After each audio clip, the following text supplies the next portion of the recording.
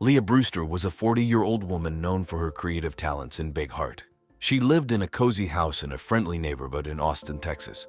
Leah worked as an interior designer, using her keen eye for detail to transform homes and businesses into beautiful spaces. She had a degree in interior design from the University of Texas at Austin, where she was an active member of the Student Art Society. Leah was not just talented, she was also very caring. She often volunteered at local shelters like the Austin Animal Center and organized community events. For instance, she was a key figure in setting up the annual spring fair at the local park, where families enjoyed food, games, and live music. Her friends described her as the heart of their group, always the one to plan get-togethers and make everyone feel welcome.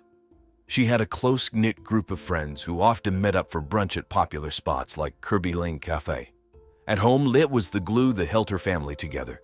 She was married to Bobby Dean Brewster, an accountant, and they had an 18-year-old son named Caleb. Leah and Caleb were particularly close, often spending weekends together hiking in the Barton Creek Greenbelt or watching Marvel movies. In the days before her death, Leah was very busy but also very excited.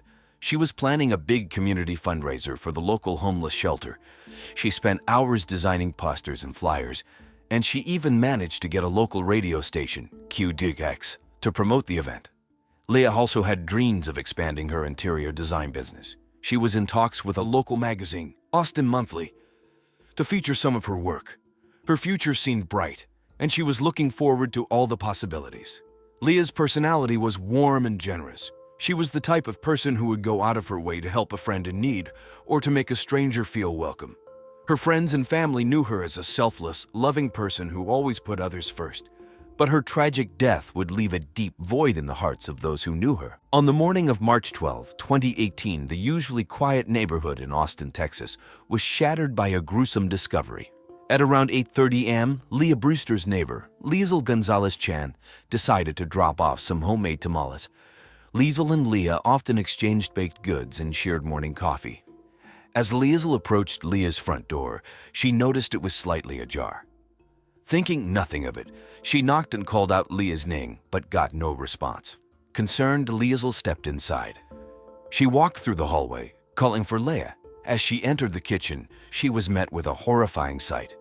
Leah was lying on the floor in a pool of blood, motionless. The kitchen, usually spotless and filled with the smell of Leah's cooking, was in complete disarray. Liesl froze in shock, her mind struggling to process the scene in front of her. After a few moments, Liesl snapped out of her daze and fumbled for her phone.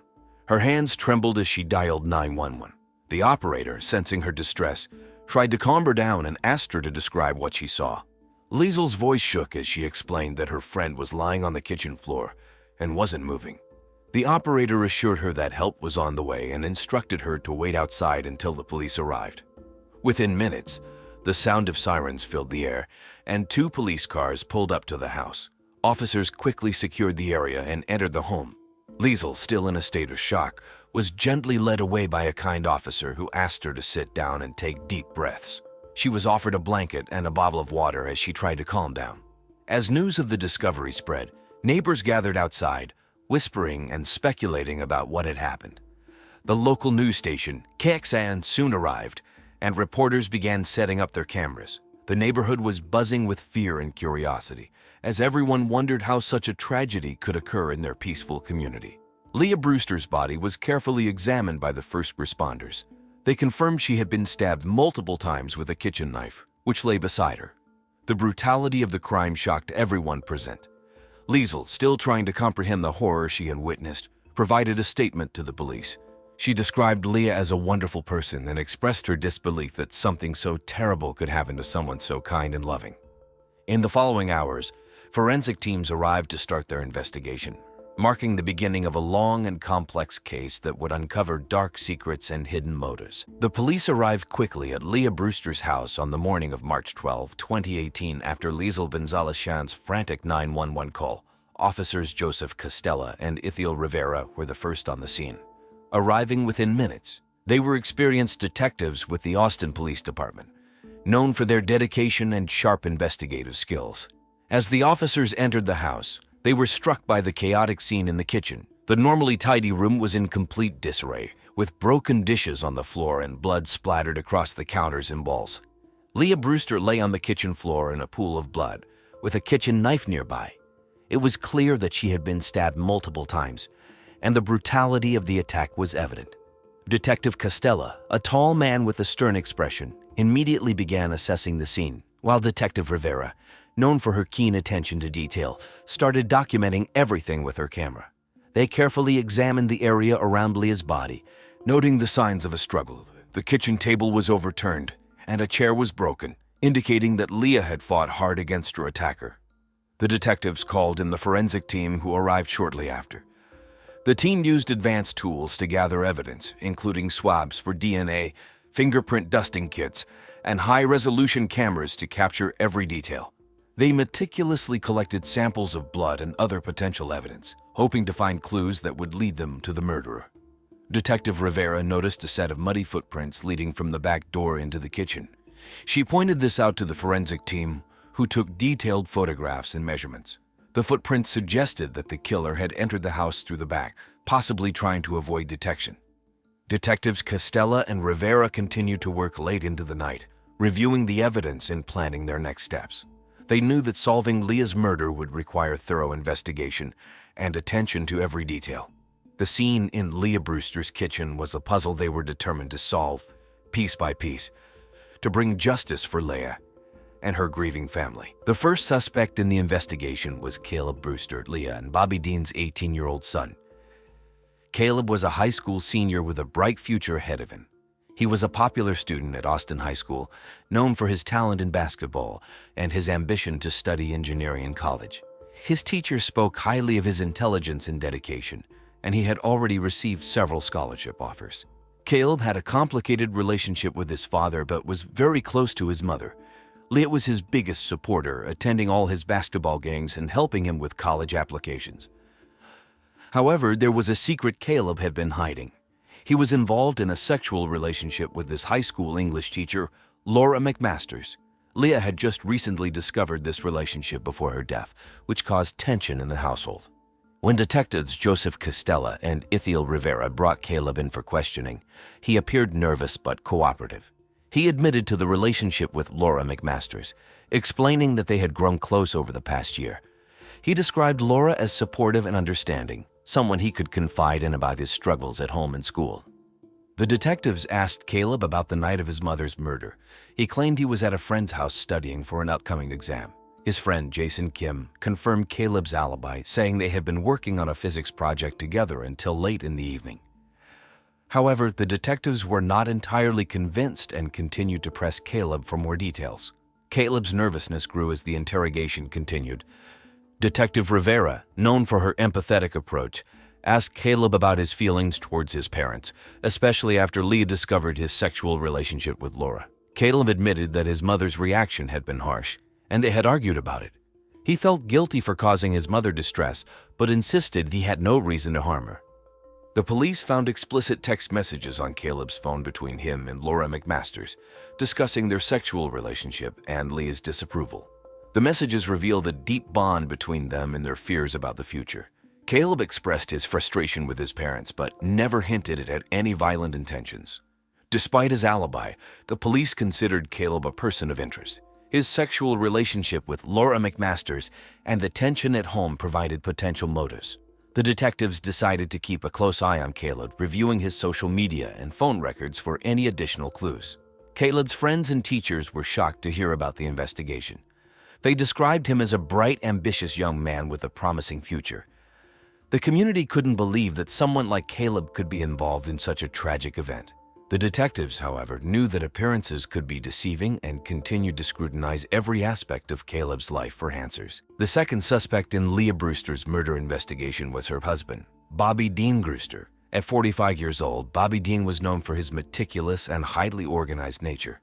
He worked as an accountant at a well-known local firm, and his colleagues described him as dependable but somewhat reserved. Bobby Dean was perceived as a dedicated family man, though his quiet demeanor often made him seem distant. During the interrogation, Bobby Dean was initially calm and cooperative. He provided a detailed account of his activities on the night of Leah's murder. He claimed he had been at home, watching a basketball game on ESPN and then going to bed early. However, his calmness began to waver as detectives pressed him on his relationship with Leah. The detectives, Joseph Costella and Ithiel Rivera, noticed signs of strain in Bobby Dean's demeanor when they mentioned Leah's recent discovery of Caleb's secret relationship with his high school English teacher, Laura McMasters. Bobby Dean shifted in his seat, and his responses became more defensive. He admitted that the news had caused tension in the family, but he insisted that he had nothing to do with Leah's death. As the questioning continued, it was revealed that Leah had also discovered something else that could serve as a motive. Leah had found out about Bobby Dean's own affair with Laura McMasters. This revelation had caused a significant rift between Leah and Bobby Dean. Leah's diary entries, which the police found, detailed her heartbreak and anger over her husband's betrayal. Bobby Dean's short temper was another point of interest for the investigators. Friends and family members noted that while he was usually composed, he could become very angry when provoked. Detectives Costella and Rivera questioned Bobby Dean about his temper and whether it had ever led to violence. Bobby Dean denied ever hurting Leah, but the detectives were not convinced. To gather more information, the police interviewed Bobby Dean's co-workers and neighbors. They described him as a man who kept to himself and rarely socialized. Some co-workers mentioned noticing changes in his behavior in the weeks leading up to Leah's murder. He seemed more stressed and distracted at work, often making mistakes in his otherwise flawless accounting records. Despite Bobby Dean's insistence on his innocence, the detectives felt they had enough reason to keep him under close watch. They continued to dig into his background, looking for any additional evidence that could link him to the crime. As the investigation unfolded, Bobby Dean remained a key suspect, his calm exterior masking the potential for deeper, darker motives. The police's thorough interrogation and evidence-gathering process aimed to uncover the truth behind Leah Brewster's tragic death, and Bobby Dean's actions and responses during the investigation only intensified their suspicions. The third suspect in the investigation was Laura McMasters, a 55-year-old high school English teacher at Caleb's High School. Laura was well-liked by her students and colleagues, known for her passion for literature and her dedication to helping students succeed. She often stayed late to assist with assignments and had a reputation for being empathetic and approachable. Laura's involvement with Caleb Brewster came to light during the investigation. The relationship was quite the scandal given their age difference and her position as his teacher. Detectives Joseph Costella and Ithiel Rivera brought Laura in for questioning at the Austin Police Department. Laura arrived looking composed but clearly nervous about the situation. During the interrogation, Laura admitted to the sexual relationship with Caleb. She explained that it had started innocently, with her offering extra help after school, but had quickly developed into something sexual. Laura described her connection with Caleb as, quote, beautiful, stating that she cared deeply for him and wanted to support him through his family struggles. The detectives pressed Laura about her whereabouts on the night of Leah Brewster's murder.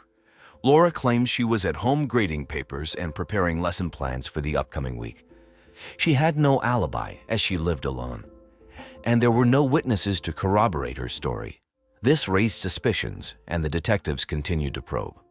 Laura's phone records showed numerous sexually explicit texts and naked pictures exchanged between her and Caleb, especially in the days leading up to Leah's death. The messages revealed their concerns about Leah discovering their relationship and the potential consequences. However, there was no direct evidence linking Laura to the murder. Detective Rivera, using her empathetic approach, asked Laura about her feelings towards Leah. Laura admitted that Leah's discovery of the relationship had caused significant tension. Leah had confronted Laura in her classroom, demanding she end the relationship with Caleb immediately. Laura described the confrontation as heated but insisted she had no intention of harming Leah or of ending the relationship. Despite her calm demeanor, the detectives sensed that Laura was hiding something. They searched her home, looking for any evidence that might connect her to the crime. They found nothing incriminating, but Laura remained a key suspect due to her close involvement with Caleb and the conflict with Leah. Laura's colleagues were shocked by the news. They described her as a dedicated and caring teacher, someone who went above and beyond for her students. The revelation of her sexual relationship with Caleb was hard for them to believe, and the idea that she could be involved in Leah's murder was even more difficult to grasp. As the investigation continued, Laura's life was turned upside down. The scrutiny from the police, the media, and the community weighed heavily on her. She maintained her innocence, cooperating with the authorities while trying to navigate the fallout from the scandal. The detectives kept Laura under close observation, searching for any slip-up or new evidence that could shed light on Leah Brewster's tragic death. On the afternoon of March 16, 2018, a breakthrough in the case came when new evidence was discovered. It was a warm, sunny day in Austin, and the police received a call from a local gardener who had been working in a nearby park, Zilker Metropolitan Park, when he stumbled upon a blood-stained glove hidden behind some bushes near the park's edge. He immediately contacted the Austin Police Department, and officers arrived at the scene within minutes. Detectives Joseph Costella and Ithiel Rivera, who were leading the investigation, rushed to the park. They carefully retrieved the glove, making sure not to contaminate any potential evidence. The glove was sent to the forensic lab for analysis, and the area around the park was thoroughly searched for additional clues. The forensic team worked quickly, and the results came back later that evening. The blood on the glove matched Leah Brewster's, and there were traces of another substance inside the glove that could be DNA from the suspect. This discovery gave the detectives a renewed sense of urgency. They now had a tangible piece of evidence that could potentially link someone to the crime scene. Detective Rivera reviewed surveillance footage from around the park, hoping to spot anyone who might have been acting suspiciously on the day of Leah's murder. The footage revealed a figure wearing a dark hoodie, walking hurriedly away from the park around the time the murder was believed to have occurred. The person's face was not clearly visible, but the footage provided a lead. Further analysis of the glove's DNA revealed it matched Bobby Dean Brewster. The detectives were now more convinced than ever that he was involved in his wife's murder. They decided to bring him in for further questioning, armed with this new piece of evidence. During the second interrogation, Bobby Dean's calm demeanor began to crack. When confronted with the DNA evidence, he became defensive and evasive. He couldn't provide a satisfactory explanation for how his DNA ended up in a blood-stained glove found near the crime scene. The detectives pressed him harder, and his story started to fall apart.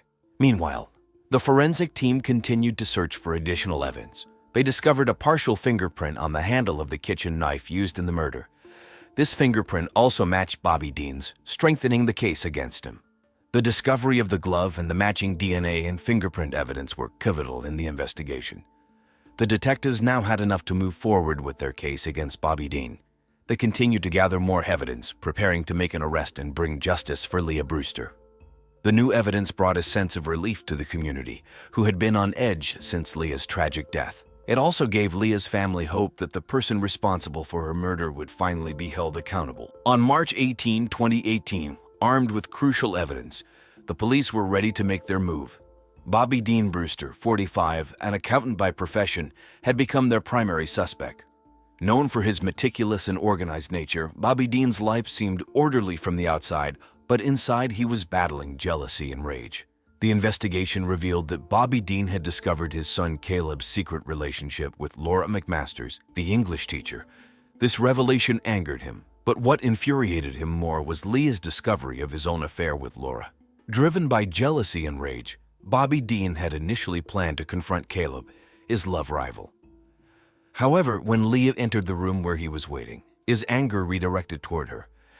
In a moment of uncontrollable rage, he grabbed the kitchen knife and stabbed Leah to death.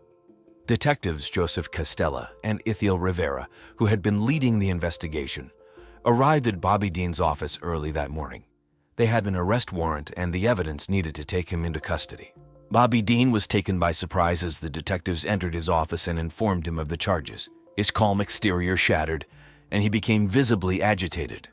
Bobby Dean was handcuffed and escorted out of his office, past shocked colleagues. His arrest made headlines, with local news stations covering the story. The community was stunned, and the news spread quickly through social media. Leah's family had mixed emotions about Bobby Dean's arrest. They were relieved that the person responsible for Leah's death was caught, but they were also devastated that it was someone so close to them. Leah's sister, Samantha, expressed her sorrow and anger in an interview, stating that she felt betrayed by Bobby Dean, whom she had trusted. As Bobby Dean was led away by the police, his reaction was a mix of shock and resignation. He didn't resist the arrest, knowing the weight of the evidence against him. The detectives took him to the Austin Police Department for booking, where he was processed and placed in a holding cell. The evidence, including the blood-stained glove with Bobby Dean's DNA, the surveillance footage, and the partial fingerprint on the knife, were crucial in solving the case. The detectives' relentless pursuit of justice ensured that Leah Brewster's killer was held accountable. The arrest marked a significant step towards justice for Leah's family, providing them with some solace amid their grief. The community rallied around them, offering support and condolences as they began to process the tragic events. The trial of Bobby Dean Brewster began on July 10, 2018, at the Travis County Courthouse. The courtroom was packed with reporters from KVUE, the Austin American-Statesman, and other media outlets. The community watched closely as the proceedings unfolded. The prosecution was led by District Attorney Sarah Bynading, a 42-year-old with a reputation for being tough and tenacious. Bynading laid out the case against Bobby Dean with meticulous detail. She presented the blood-stained glove, the partial fingerprint on the knife, and the DNA evidence linking Bobby Dean to the crime. She argued that Bobby Dean's jealousy and rage led him to murder his wife, Leah Brewster, in a fit of uncontrolled anger. On the defense side was attorney Michael Grove Basado, a 50-year-old known for his calm demeanor and persuasive arguments. Grove Basado contended that the evidence was circumstantial and that there was no clear motive for Bobby Dean to kill his wife. He tried to cast doubt on the reliability of the forensic evidence and suggested that someone else could have been responsible for Leah's death. Throughout the trial, Leah's family sat in the front row, their faces a mixture of sadness and determination. Her sister often wiped away tears as she listened to the testimonies and evidence presented. The community's support was palpable, with many residents showing up to the courthouse to stand by Leah's family. Caleb Brewster, now a college freshman, also attended the trial. He had to relive the painful memories of his mother's death and the shocking revelation of his father's affair with his teacher, Laura McMasters. Laura herself testified, admitting to the relationship with both Bobby Dean and Caleb, but maintaining her innocence regarding the murder. The jury deliberated for 3 days. On July 25, 2018, they returned with a verdict. Bobby Dean Brewster was found guilty of second-degree murder. The courtroom was silent as the judge read the verdict. Bobby Dean showed little emotion, staring straight ahead as his fate was sealed. The sentencing took place on August 1, 2018. The judge sentenced Bobby Dean to just 15 years in prison. The sentence was met with mixed reactions. Leah's family felt some relief that justice had been served, but the pain of losing Leah was still raw. Samantha expressed her hope that Bobby Dean would reflect on his actions and the damage he had caused. The community had a similar response. Some felt the sentence was too lenient, given the brutal nature of the crime. Others believed it was fair, considering Bobby Dean's previously clean record and the complex emotions involved. Bobby Dean's conviction and sentencing marked the end of a painful chapter for Leah's family and the Austin community. The trial had exposed deep wounds and secrets, but it also brought a measure of justice for Leah Brewster's untimely death. The family and community now faced the challenge of healing and moving forward from this tragedy. After the trial, life in Austin slowly returned to normal, but the impact of Leah Brewster's murder lingered. Leah's family, particularly her sister Samantha, faced the daunting task of rebuilding their lives. Samantha became a vocal advocate for domestic violence awareness, partnering with local organizations like Safe Austin to educate others and provide support to victims. Caleb Brewster, deeply affected by the loss of his mother and the scandal surrounding his father's actions, struggled to find his footing. He decided to transfer to a college out of state, seeking a fresh start away from the painful memories. Caleb focused on his studies in basketball, finding solace in the sport his mother had always supported him in. Laura McMasters continued her teaching position at Austin High School despite the scandal tarnishing her reputation. She faced harsh judgment from the community.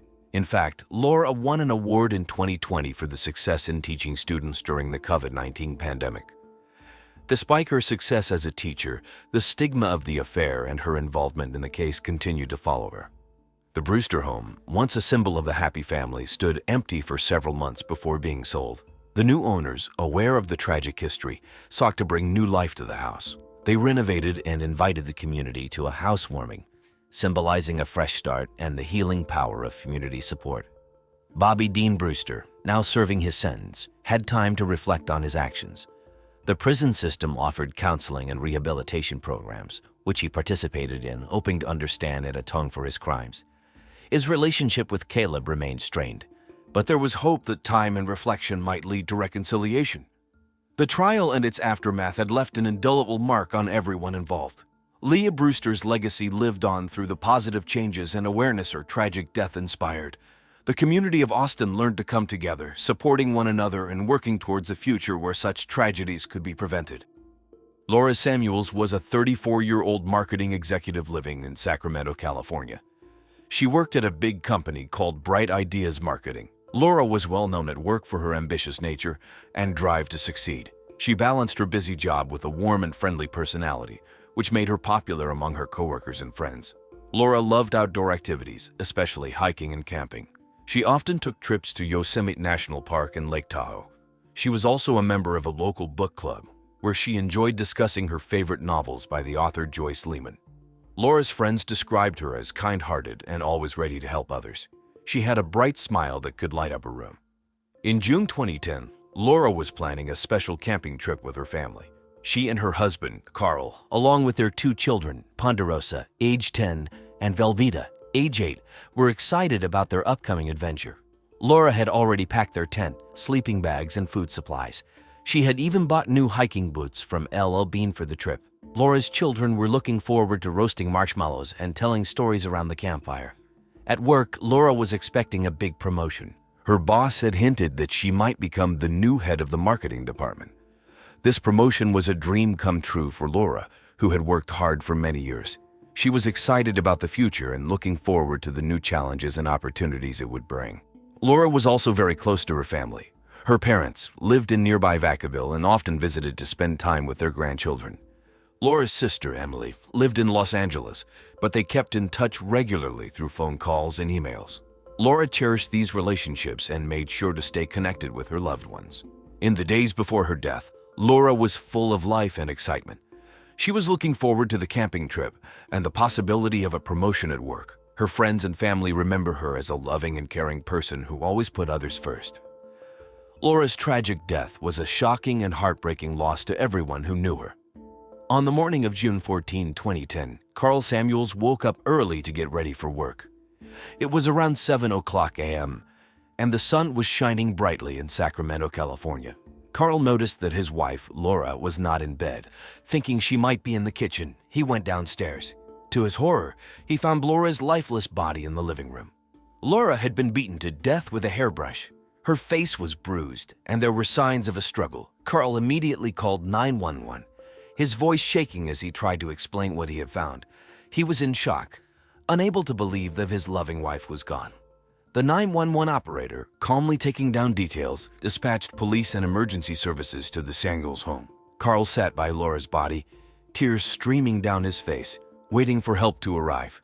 He felt a mix of grief, confusion, and disbelief. Emergency responders arrived within minutes. Paramedics confirmed that Laura was dead, and police officers quickly secured the area. Carl was visibly shaken and struggled to answer questions. He kept repeating how much he loved Laura and how he couldn't understand who would want to hurt her. The detectives noted his distress, but also kept in mind that in such cases, the spouse is often a person of interest. Outside, neighbors started to gather, curious about the police presence. The news quickly spread through the community. Local TV stations, such as KCRA3, began reporting on the incident, mentioning Laura's name and describing her as a well-liked member of the community. By late morning, the house was a hub of activity. Forensic experts arrived to collect more evidence. They dusted for fingerprints, took samples from the crime scene, and carefully bagged the hairbrush as evidence. Every detail was documented meticulously. As the day went on, the reality of Laura's death began to sink in for her friends and family. Calls and messages poured in, expressing shock and sorrow. The news of her death left everyone who knew her in a state of disbelief, trying to come to terms with the tragic loss of a beloved wife, mother, and friend. The Sacramento police responded quickly to the 911 call on June 14, 2010. Within minutes, officers and emergency responders arrived at the Samuels home. Detective Patricia Johnson and her partner, Detective Mark Hernandez, led the investigation.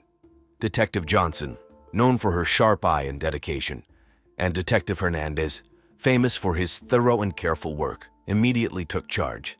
The crime scene was a disturbing sight. Laura Samuels lay on the living room floor, clearly beaten to death with a hairbrush found nearby. Blood was spattered on the carpet, and furniture was knocked over, showing signs of a violent struggle.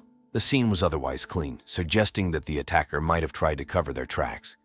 The detectives began by securing the area to ensure no one could disturb the evidence. They carefully documented everything, taking photographs and making detailed notes. Forensic experts arrived shortly after to collect physical evidence. They dusted for fingerprints on the hairbrush, furniture, and door handles. They also took samples of blood and other potential DNA evidence from the scene. Detective Johnson spoke with Carl Samuels, who was visibly shaken and in tears. She asked him about the events leading up to the discovery of Laura's body. Carl explained that he had woken up early to get ready for work and found Laura in the living room. He had no idea who could have done this to her. While Johnson interviewed Carl, Detective Hernandez examined the rest of the house. He looked for any signs of forced entry, but found none. This suggested that Laura might have known her attacker and let them in. Hernandez noted the absence of defensive wounds on Laura's hands, which indicated she was caught off guard. Neighbors began to gather outside, watching the police activity. Some were interviewed by the detectives, but no one reported seeing anything unusual that morning. The community was shocked and scared, as Laura was well-liked and her death was a terrible blow to everyone who knew her. By noon, the detectives had collected all the evidence they could find. They bagged the hairbrush and other items for further analysis at the crime lab. The coroner arrived to take Laura's body for an autopsy, which would provide more details about the time and cause of death. Detective Johnson and Hernandez spent the rest of the day reviewing the evidence and planning their next steps. They knew they had a difficult case ahead of them, but were determined to find justice for Laura and her family. Carl Samuels, the husband of Laura Samuels, was the first suspect in the investigation. Carl was 37 years old and worked as a software developer. He was known to be intelligent, but also quite introverted, often spending more time with his computer than with people. Carl was a devoted husband, but in recent months he had become distant and stressed, which friends noticed. The police brought Carl in for questioning at the Sacramento Police Department on June 15, 2010. Detective Patricia Johnson and Detective Mark Hernandez led the interrogation. Carl appeared exhausted and heartbroken. His eyes were red from crying, and he seemed genuinely distraught over Laura's death. Detective Johnson started by asking Carl about his relationship with Laura. Carl explained that they had been married for 12 years and had 2 children, Ponderosa, age 10, and Velveeta, age 8. He admitted that their marriage had been strained lately due to their decision to participate in a wife swap sex fantasy. Carl had pushed Laura to participate in this fantasy with another couple, Jessica and Kenneth Planters.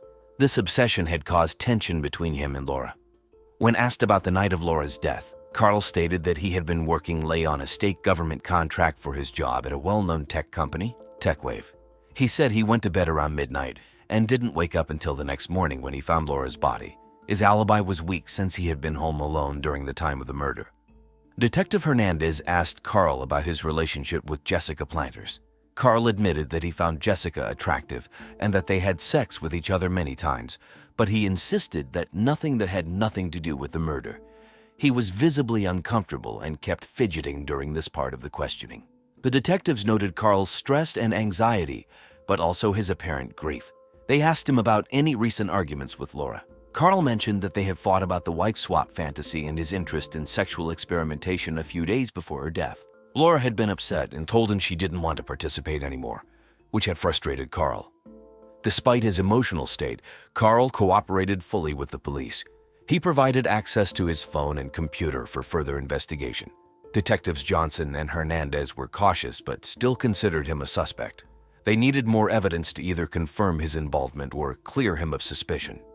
As the questioning concluded, Carl was allowed to go home but was instructed not to leave town. The detectives continued to gather information, knowing they had to explore all possible angles in the case to find the truth about who killed Laura Samuels. The second suspect in the investigation was Jessica Planters, a 32-year-old yoga instructor. Jessica was outgoing and charismatic, known for her sociable nature. She taught yoga at a popular studio in downtown Sacramento called Zen Flow Yoga. Many people in the community admired her free-spirited attitude and ability to connect with others. Jessica was part of the wife swap arrangement with Laura and Carl Samuels and her husband, Kenneth. She had developed an unhealthy obsession with Carl and had been trying to convince him to leave Laura for her. Detectives Patricia Johnson and Mark Hernandez brought Jessica in for questioning on June 16, 2010, at the Sacramento Police Department. Jessica arrived wearing casual yoga attire, looking calm and composed. Detective Johnson began by asking Jessica about her relationship with Carl. Jessica openly admitted that loved sexually experimenting with Carl and had strong feelings for him. She said she believed Carl felt the same way but was torn because of his marriage to Laura. When questioned about the night of Laura's death, Jessica claimed she was at home with her husband, Kenneth. She said they had watched a movie and gone to bed early. However, Detective Hernandez pointed out that there were no witnesses to confirm her alibi, making it weak. Jessica then talked about the wife swap arrangement. She explained that it was Carl's idea and that Laura had reluctantly agreed. Jessica saw it as a great opportunity to have sex with Carl. She admitted that she had been trying to convince Carl to leave Laura, but she denied any involvement in Laura's death. The detectives noticed that while Jessica was cooperative, she seemed to be hiding something. Her calm demeanor contrasted sharply with the seriousness of the situation. They pressed her about her obsession with Carl and whether it could have driven her to harm Laura. Jessica maintained her innocence, insisting she would never hurt anyone. During the interrogation, Jessica's phone records were examined. They revealed multiple calls and messages to Carl, including some sent on the night of the murder. This evidence raised further suspicion, as it showed Jessica's intense interest in Carl. Despite her cooperation, Jessica's obsession with Carl and her weak alibi made her a strong suspect. The detectives knew they needed more concrete evidence to either implicate or exonerate her. They continued to investigate her background, looking for any clues that could link her to Laura's murder. As the questioning ended, Jessica was allowed to leave but was instructed not to leave town. Detectives Johnson and Hernandez remained determined to uncover the truth, knowing that Jessica's possible involvement in the crime needed to be thoroughly explored. On June 18, 2010, 4 days after Laura Samuels' tragic death, new evidence emerged that gave the investigation a crucial breakthrough. That morning, it was cloudy and cool in Sacramento. Detective Patricia Johnson received a call from a neighbor, Mrs. Evelyn Turner, who lived 2 houses down from the Samuels home. Mrs. Turner mentioned she had found something unusual while walking her dog in a nearby park called Land Park. Mrs. Turner had noticed a discarded bag under a bush near a picnic area. Inside the bag, she found a pair of bloody gloves and a smartphone. She immediately called the police, and Detectives Johnson and Hernandez arrived at the scene within 30 minutes. They carefully collected the bag and its contents, placing them in evidence bags to avoid contamination. Back at the Sacramento Police Department, the detectives examined the new evidence. The bloody gloves were sent to the crime lab for DNA analysis. The smartphone, which was locked, was taken to the tech department to be unlocked and analyzed. Detective Hernandez noted the phone was a newer model, an iPhone 4, which had just been released a few weeks earlier. While waiting for the results, the detectives reviewed their notes on the case. The bloody gloves suggested the killer had tried to dispose of evidence far from the crime scene. The smartphone could potentially belong to the killer or someone connected to the crime. Later that afternoon, the crime lab called with the DNA results. The blood on the gloves matched Laura Samuels, but there was also another DNA profile on the inside of the gloves. The profile did not match Carl Samuels, which was a significant finding. The tech department also managed to unlock the smartphone. It was registered to Jessica Planters, the yoga instructor and second suspect. The detectives found numerous messages and call logs between Jessica and Carl, including some from the night of the murder. Additionally, there were messages that showed Jessica's increasing frustration and jealousy toward Laura. Detective Johnson and Hernandez were surprised by this new evidence.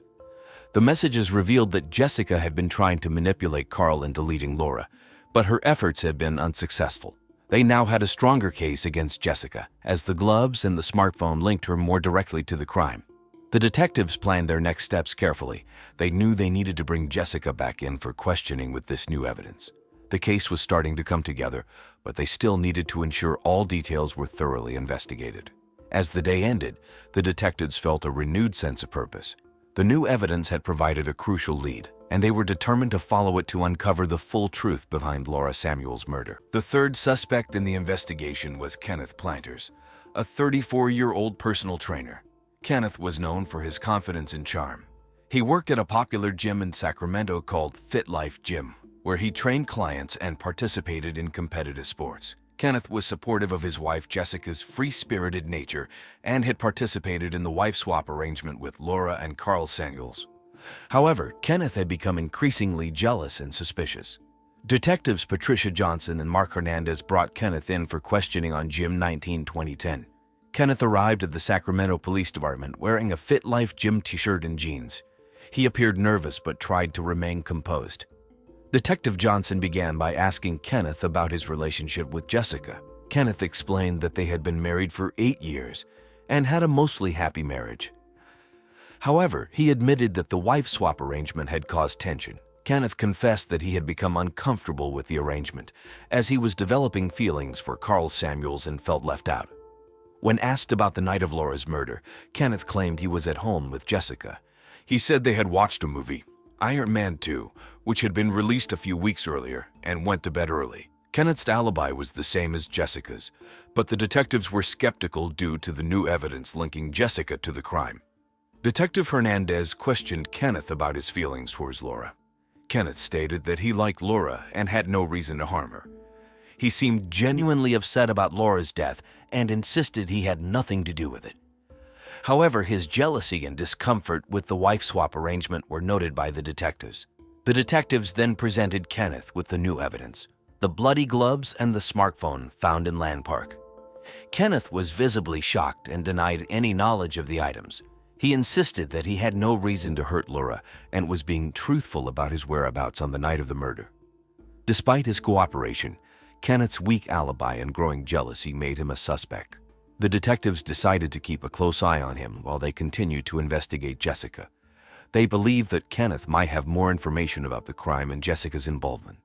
As the questioning ended, Kenneth was allowed to leave, but was instructed not to leave town.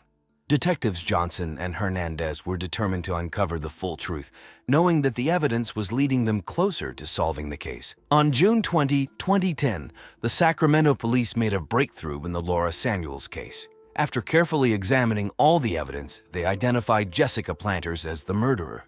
Jessica, a 32-year-old yoga instructor, had developed an unhealthy obsession with Carl Samuels, Laura's husband. Jessica believed that if Laura were out of the picture, Carl would be with her. The detectives pieced together how Jessica went about killing Laura. On the night of June 13, 2010, Jessica had gone to the Samuels home. She knew Carl would be working late, and Laura would be alone.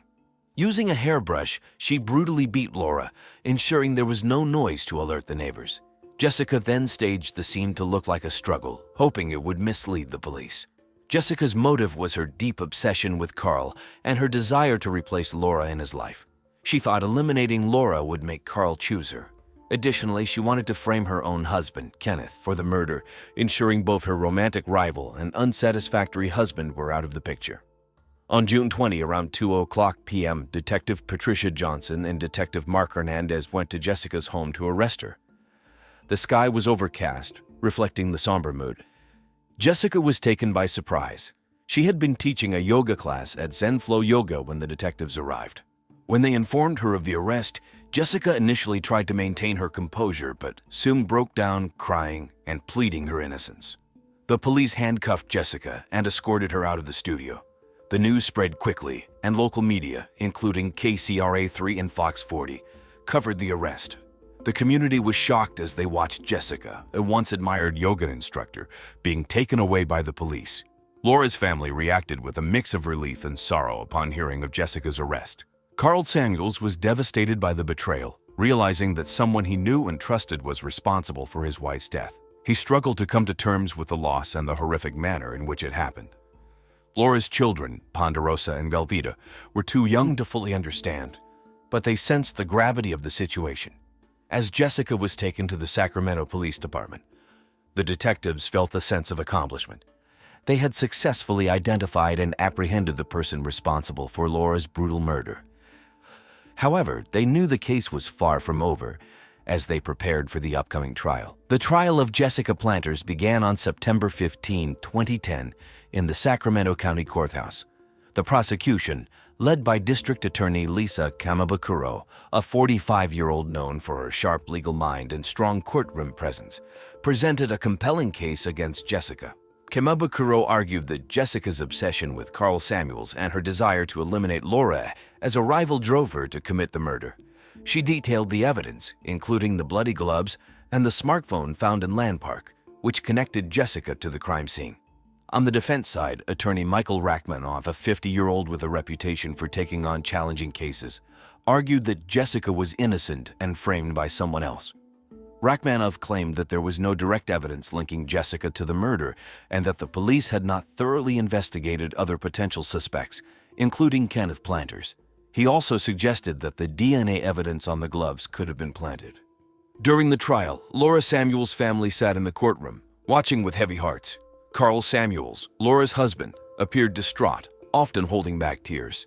Their children, Ponderosa and Velveeta, were not present, as they were too young to witness the trial's emotional intensity. Friends and community members who knew Laura described her as a loving mother and a dedicated professional, making the crime even more heartbreaking.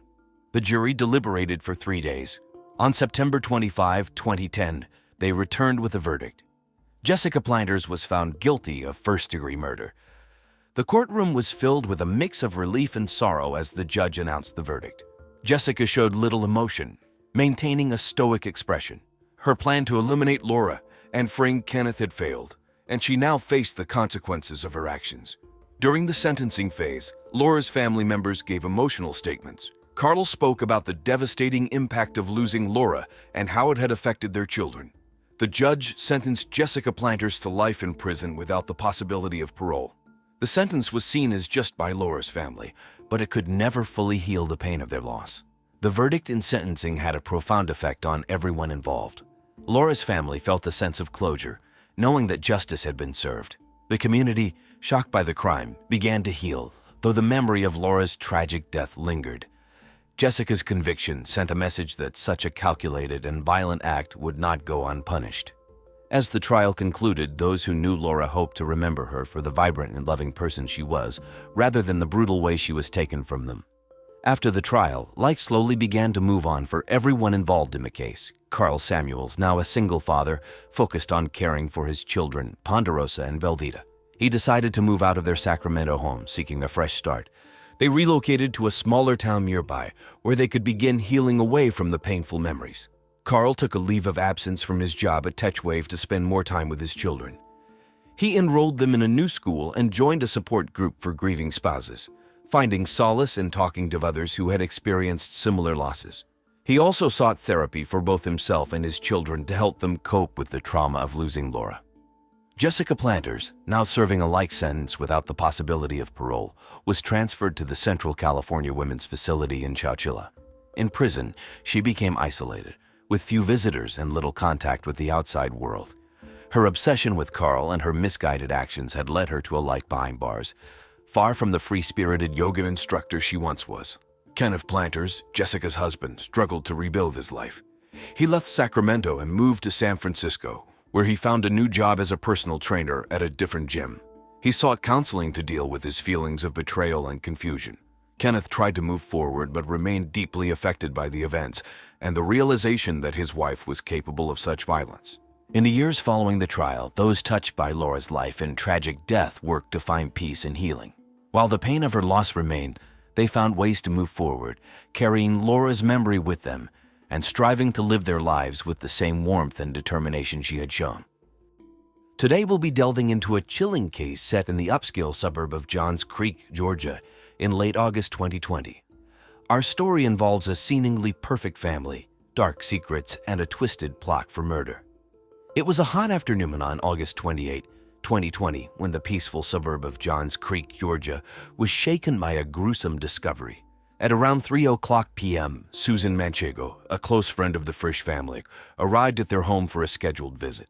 Susan, a longtime resident of Johns Creek, had known the Frisch family for years and was often involved in community and church events with Anne Frisch. As Susan walked up the driveway, she noticed that the house seemed unusually quiet. She knocked on the front door, but got no response. Feeling a bit uneasy, she tried the door and found it unlocked. Calling out for Anne and Stephen, she stepped inside. The house was eerily silent, with no sounds of the usual family activity and no sign of anyone home. Her anxiety growing, Susan decided to check the basement, where Stephen often worked on his gardening projects. As she descended the stairs, she noticed a faint, strange smell that made her heart race. At the bottom of the stairs, Susan's eyes fell on a horrific scene. There on the cold concrete floor lay Stephen Frisch, lifeless and surrounded by a pool of blood. His head was battered, and a rope was tightly wound around his neck. Next to his body was the remote control for the cable box, covered in blood. Susan's initial reaction was one of shock and disbelief. She froze for a moment, unable to process the brutal sight before her. Gathering her wits, she quickly pulled out her phone and dialed 911. Her voice was shaky as she described the scene to the operator, struggling to keep her composure.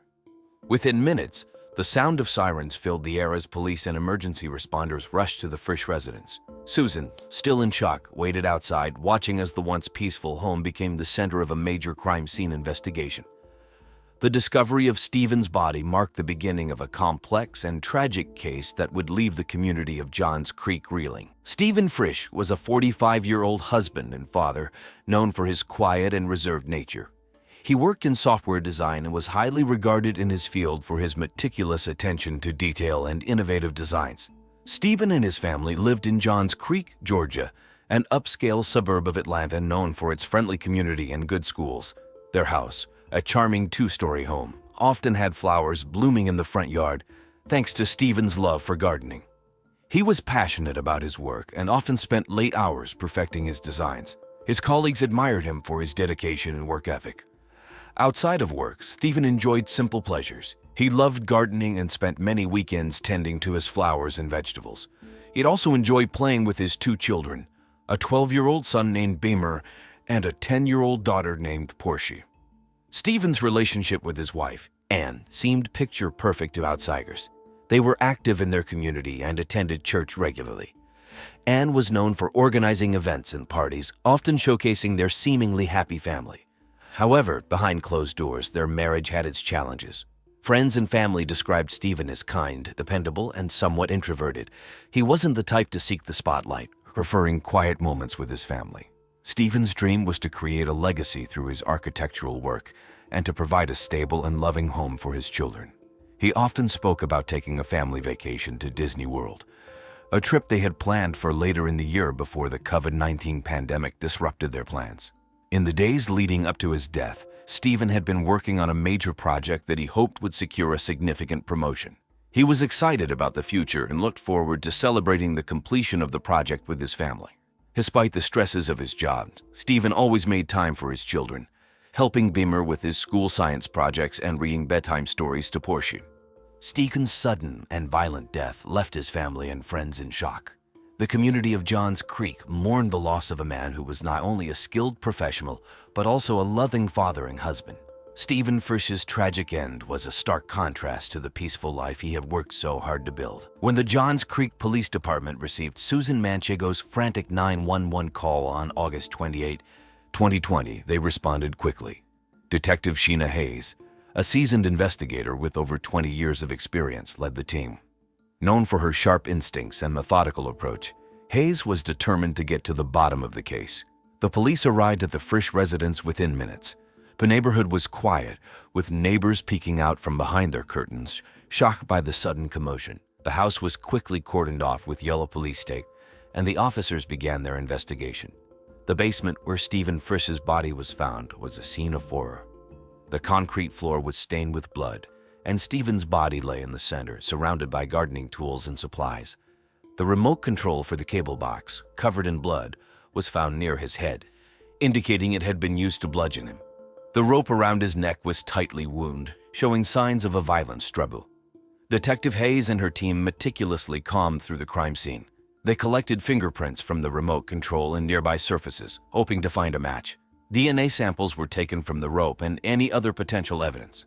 The team used luminol to detect traces of blood that might have been cleaned up, illuminating the extent of the violence in a bluish glow. They also photographed every angle of the scene, ensuring no detail was overlooked. Outside the house, a crowd began to gather. Local news crews from stations like WSBT arrived, their cameras rolling as they reported on the shocking murder in the typically quiet suburb. Reporters interviewed neighbors, who expressed their disbelief and sorrow over Stephen's death. Back inside, the investigation continued. Detective Hayes noticed that despite the brutal attack, there were no signs of forced entry, suggesting the killer was someone Stephen knew and trusted. The police questioned Susan Manchego, who found the body. Still in shock, she recounted her discovery, providing crucial details about the Frisch family's recent activities. The police also looked into Stephen's recent communications, They searched his phone, computer, and social media accounts, seeking clues that might point to a motive or suspect. Emails, text messages, and recent calls were scrutinized for any hint of trouble in Stephen's life. Detective Hayes and her team worked late into the night, piecing together the events leading up to the murder. The evidence collected at the scene painted a picture of a brutal personal attack. As the investigation progressed, the police began to build a list of potential suspects, starting with those closest to Stephen. The first suspect the police focused on was Anne Frisch, Stephen's wife. At 42, Anne was known for her charismatic and outgoing personality. She was often seen at local events, organizing community gatherings and church activities. To neighbors and friends, Anne seemed like the perfect wife and mother, always smiling and full of energy. However, the police knew that appearances could be deceiving. Detective Sheena Hayes began by interviewing Anne at the police station. Anne appeared distraught, her eyes red from crying. She explained that she had been out shopping at the local Whole Foods when the murder occurred. Anne presented her receipt and mentioned that she had bumped into a friend, Martha Green, who could verify her alibi. However, the police were not entirely convinced. They needed to investigate further. The police dug into Anne's background. They discovered that despite her public persona, she had been involved in a secret love affair with a man named Nick Bromley. This revelation added a new layer of complexity to the case. Could Anne's affair have led to Stephen's murder? Detective Hayes questioned Anne about her relationship with Nick. Anne admitted to the affair and said the sex was, quote, fabulous, but insisted that she had no reason to harm Stephen. She claimed that Stephen was a good husband and father and that their marriage, while sexually unfulfilling, was stable. Anne's demeanor during the interrogation was a mix of sadness and defensiveness. She seemed genuinely heartbroken over Stephen's death, but also wary of the police's suspicions. The police also examined Anne's financial records. They found that Stephen had a substantial life insurance policy, with Anne as the primary beneficiary. This discovery raised questions about a potential financial motive. Could Anne have wanted the insurance money to start a new life with Nick? To verify Anne's alibi, Detective Hayes spoke with Martha Green. Martha confirmed that she had seen Anne at Whole Foods around the time of the murder. However, the timeline was tight, and there was still a possibility that Anne could have been involved. The police also checked surveillance footage from the store, which showed Anne shopping, but it did not conclusively prove her innocence. Despite Anne's cooperation, the evidence against her began to mount. Her affair with Nick and the potential financial motive made her a prime suspect. The police continued to monitor her closely, looking for any signs of further deception. As the investigation progressed, Anne's calm and composed exterior began to crack. She became increasingly anxious, knowing that the police were scrutinizing her at every move. The once vibrant and confident woman now appeared haunted by the shadows of her secrets. Nick Bromley, the second suspect, was Anne Frisch's lover. At 38, Nick was known for his charm and fitness. He worked as a personal trainer at a local gym and was popular among his clients. Nick had a reputation as a ladies' man and was often seen driving his sleek BMW around Johns Creek. Detective Sheena Hayes brought Nick in for questioning. When he arrived at the police station, Nick appeared confident and relaxed. He denied any involvement in Stephen's murder and claimed he was at the gym during the time of the crime. He even provided the names of several clients who could verify his alibi. The police decided to dig deeper into Nick's background. They discovered that Nick had a history of manipulative behavior. He had been involved in several tumultuous relationships in the past, some of which ended badly. This information made the police suspicious. Could Nick's relationship with Anne have driven him to murder? Detective Hayes questioned Nick about his affair with Anne. Nick admitted to the relationship, but insisted that he had no reason to harm Stephen. He claimed that Anne had told him she was unhappy in her marriage, but never mentioned wanting to harm her husband. Nick's demeanor during the interrogation was calm, but there was an undercurrent of arrogance in his responses. The police also looked into Nick's financial records. They found that he was struggling with debt due to living a luxurious lifestyle on only a $50,000 a year salary. This raised the possibility that Nick might have seen Stephen's life insurance money as a way out of his financial troubles. Nick, however, denied any knowledge of the insurance policy. To verify Nick's alibi, Detective Hayes spoke with his clients. Most confirmed that Nick was indeed at the gym, but there was a small window of time unaccounted for. The police checked the gym's surveillance footage, which showed Nick training clients, but there were gaps in the timeline that left room for doubt. As the investigation continued, Nick's confident exterior began to falter. He became more defensive, especially when the police confronted him with the possibility of a financial motive. The tension was palpable as Detective Hayes pressed Nick for more details about his relationship with Anne and his activities on the day of the murder. Despite Nick's protests of innocence, the police remained suspicious. His manipulative history, financial troubles, and affair with Anne painted a troubling picture. The investigation into Nick Bromley was far from over, and Detective Hayes knew that uncovering the truth would require careful and persistent probing. On August 30, 2020, at 2:00 p.m., under a sweltering summer sun, the Johns Creek Police Department uncovered a significant piece of new evidence in the murder investigation of Stephen Frisch. Detective Sheena Hayes received a call from a neighbor and friend of Anne's, Ashley Martin, who reported finding a blood-stained glove in her backyard, which was near to the Frisch residence.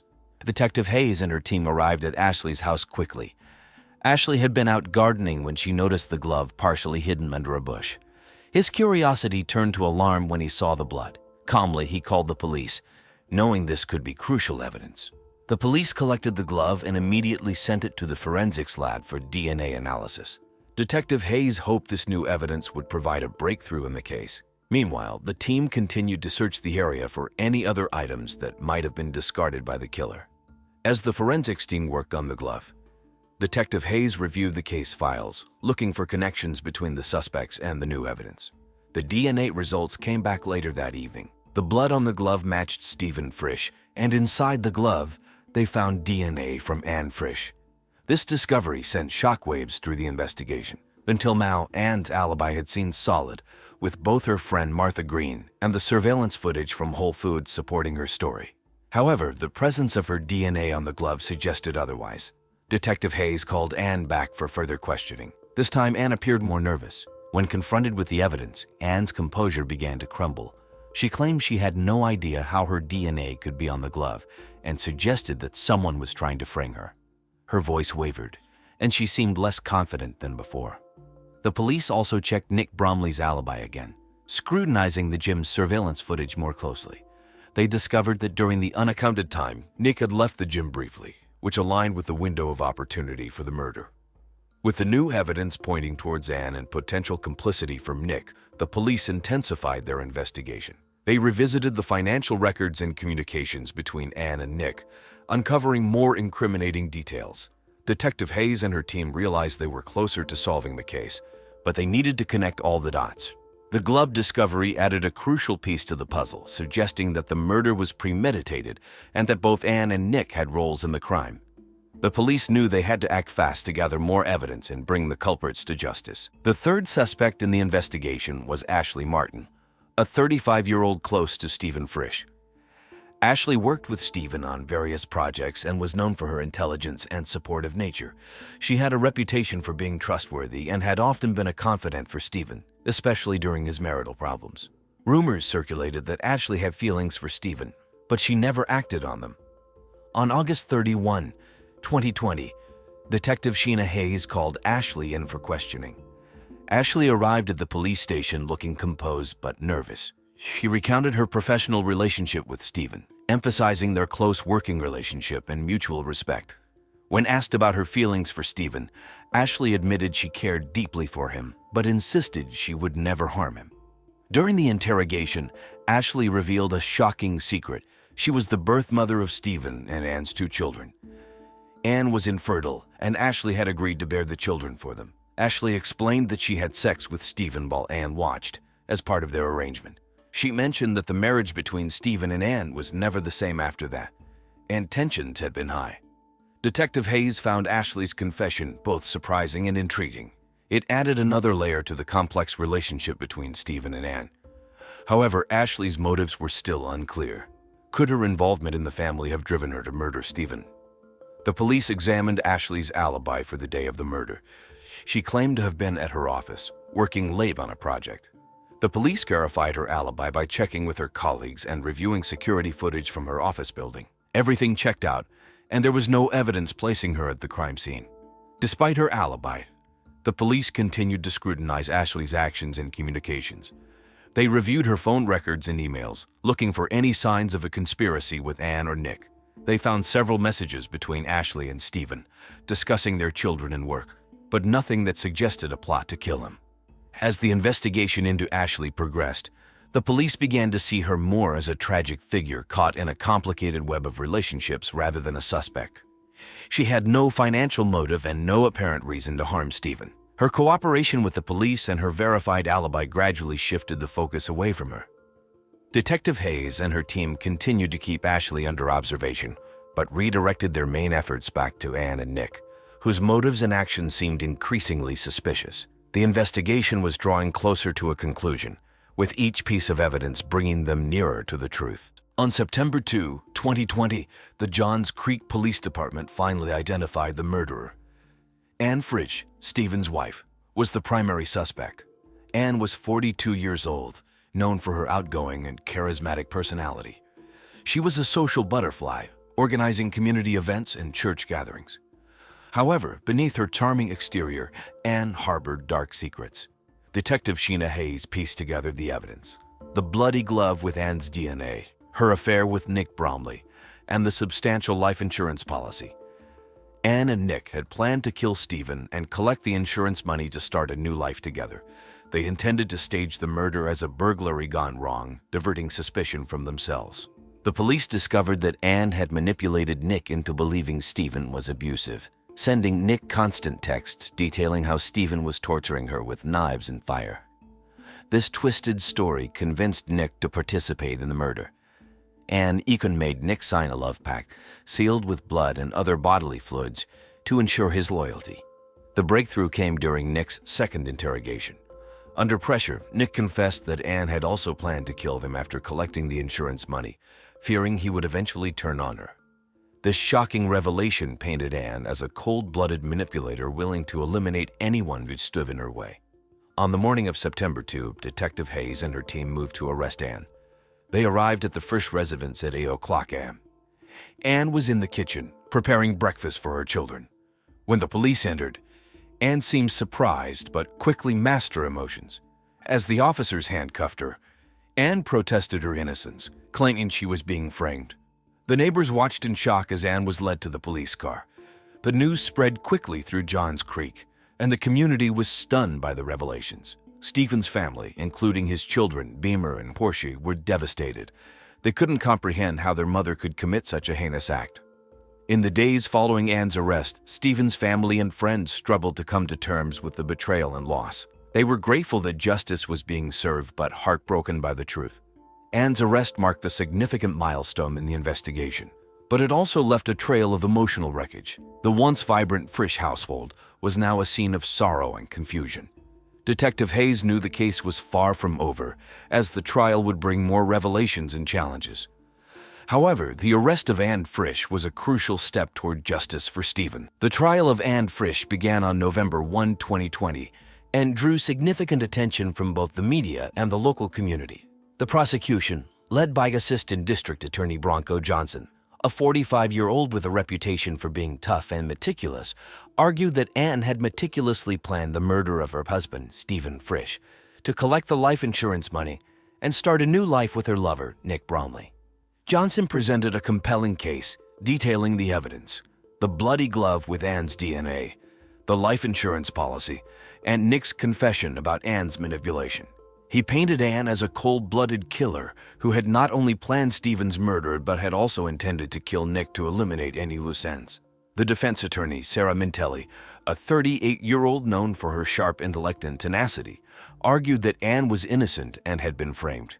She claimed that Nick Bromley was the real mastermind and that Anne had been manipulated by him. Mintelli highlighted Anne's community involvement and painted her as a loving mother who would never harm her husband. Throughout the trial, the courtroom was tense. Stephen's family and friends filled the seats, their faces a mix of anger and sorrow. They listened intently as witnesses testified and evidence was presented. The emotional toll on Stephen's children was evident as they watched their mother stand trial for their father's murder. Nick Bromley testified for the prosecution, detailing his affair with Anne and the plan to kill Stephen. His testimony was damning and left little doubt about Anne's involvement. The defense tried to discredit Nick, portraying him as a manipulative liar, But his detailed account and the corroborating evidence made a strong impact on the jury.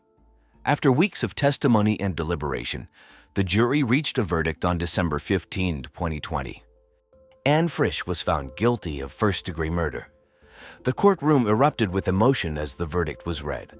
Stephen's family embraced, tears streaming down their faces, while Anne sat motionless, her expression a mix of shock and resignation. The judge sentenced Anne to life in prison without the possibility of parole.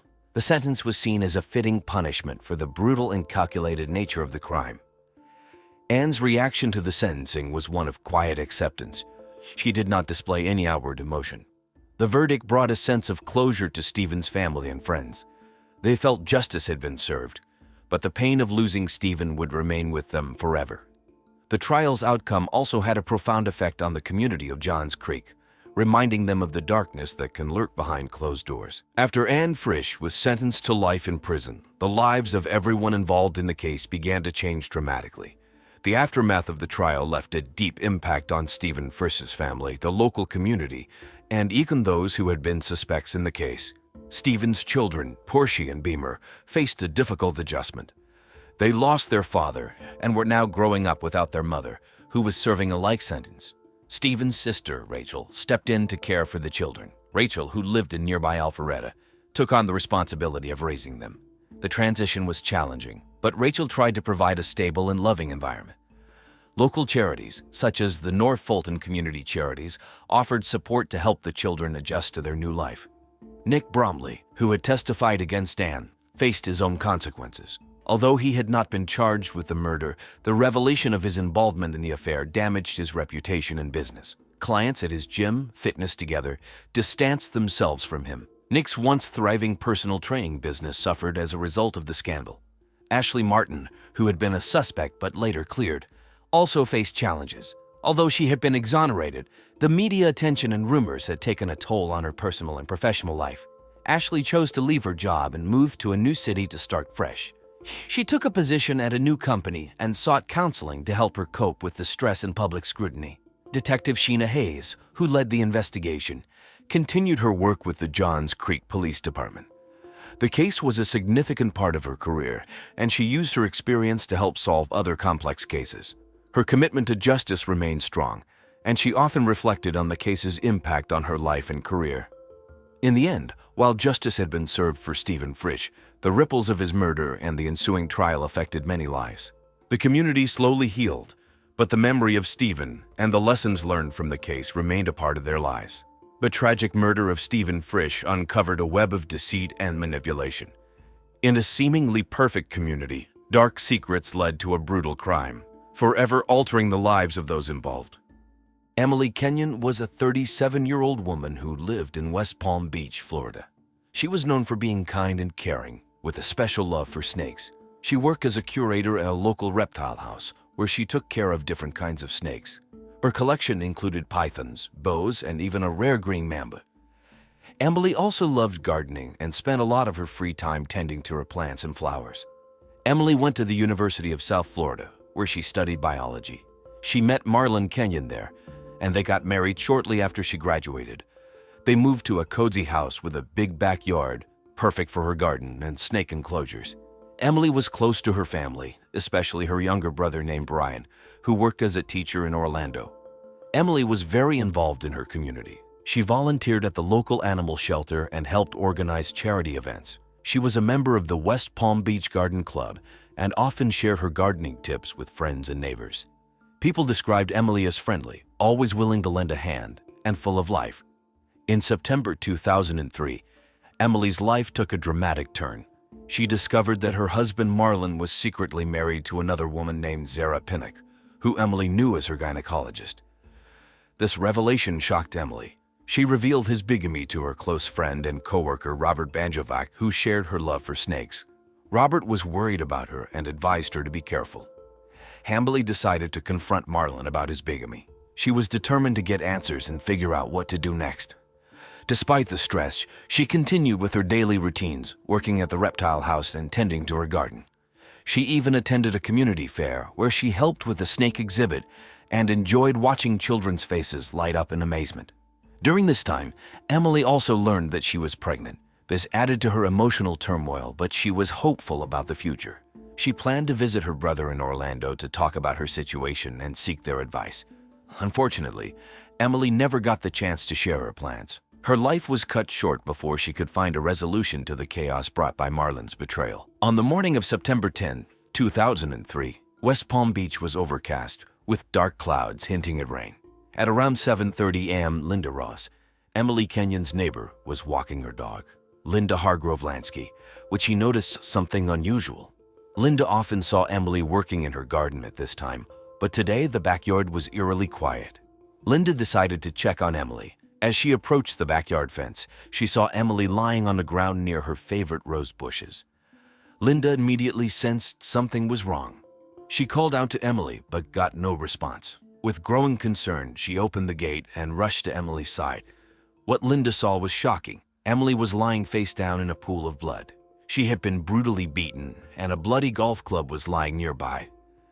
Linda's heart raced, and she felt a wave of panic. She quickly pulled out her cell phone and dialed 911, her hands shaking as she spoke to the operator. Within minutes, emergency services arrived. Paramedics confirmed that Emily was dead. Linda, still in shock, was asked to sit down and try to calm herself. She could hardly believe what she had seen. The neighborhood soon filled with police cars and curious neighbors peeking from their windows, wondering what had happened. The news of Emily's death spread quickly. Local media, including the Palm Beach Post, reported on the incident, and residents of West Palm Beach were left in shock and disbelief. The community mourned the loss of a beloved member, and the police were determined to find out who was responsible for such a brutal act. On September 10, 2003, at around 7:45 a.m., the West Palm Beach Police Department arrived at Emily Kenyon's home. The sky was still overcast, with the threat of rain looming. Detectives James Avery and Avery Brooks were leading the investigation. They arrived quickly, knowing that every minute was crucial. Detective Avery, known for his keen eye and calm demeanor, took charge of the scene. His partner, Detective Brooks, was meticulous and methodical, always careful to preserve evidence. The backyard was now a crime scene, and a once beautiful garden looked like a battlefield.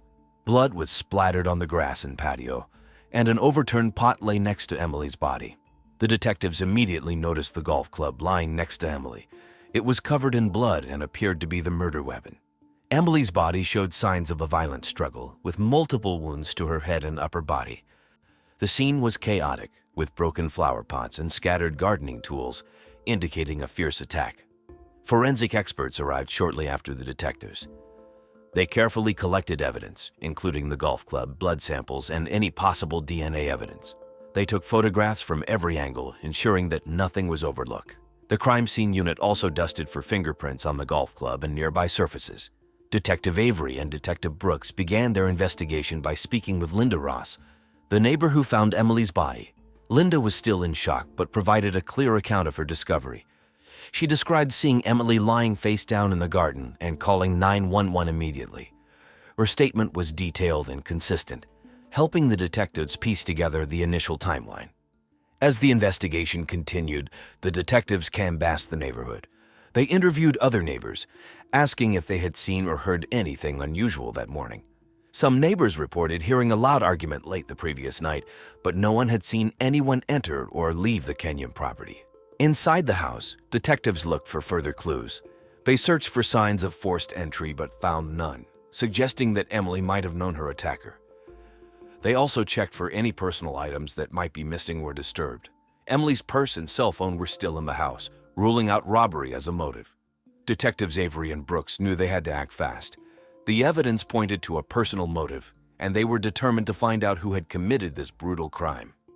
They reviewed the evidence and prepared to question the people closest to Emily, starting with her husband, Marlon Kenyon. The first suspect in Emily Kenyon's murder was her husband, Marlon Kenyon. At 35 years old, Marlon seemed to have a perfect life. He worked as a successful financial advisor in West Palm Beach and was known for his charm and good looks. However, Marlon was hiding a dark secret. Marlon lived a double life. Not only was he married to Emily, but he was also secretly married to another woman, Zara Pinnock, in Miami. Emily had discovered this secret just days before her murder, and it had caused a significant strain on their marriage. Even more shocking and unknown to both wives was that Marlon had a secret career as a gay adult film star under the name Ash Ketchum Krabs. Detectives James Avery and Avery Brooks brought Marlon in for questioning the same day Emily's body was found. The interrogation took place at the West Palm Beach Police Department. Marlon appeared calm and collected, but the detectives were determined to find the truth. Marlon, can you tell us where you were last night? I was in Miami on business. I stayed at a hotel. You can check. Marlon, did Emily know about your other wife? Yes, she found out recently. It's been hard on us, but I would never hurt her. The detectives checked Marlon's alibi. He claimed to be at the Hilton Miami downtown, a well-known hotel, and records showed he had indeed checked in. However, the timeline was still suspicious. Marlon could have driven back to West Palm Beach, committed the crime, and returned to Miami. Despite his calm demeanor and alibi, Marlon's double life provided a strong motive. Emily's discovery threatened to expose him, and he had a lot to lose. The detectives found Marlon's calmness unsettling. It seemed almost too perfect, as if he had rehearsed his answers. They continued to question him about his whereabouts, his relationship with Emily, and his secret life. Marlon maintained his innocence, insisting that he loved Emily and would never harm her. The detectives knew they needed more evidence to prove his guilt. Marlon was released but remained under surveillance. Detectives Avery and Brooks continued to dig into his background, hoping to find something that would link him to the crime.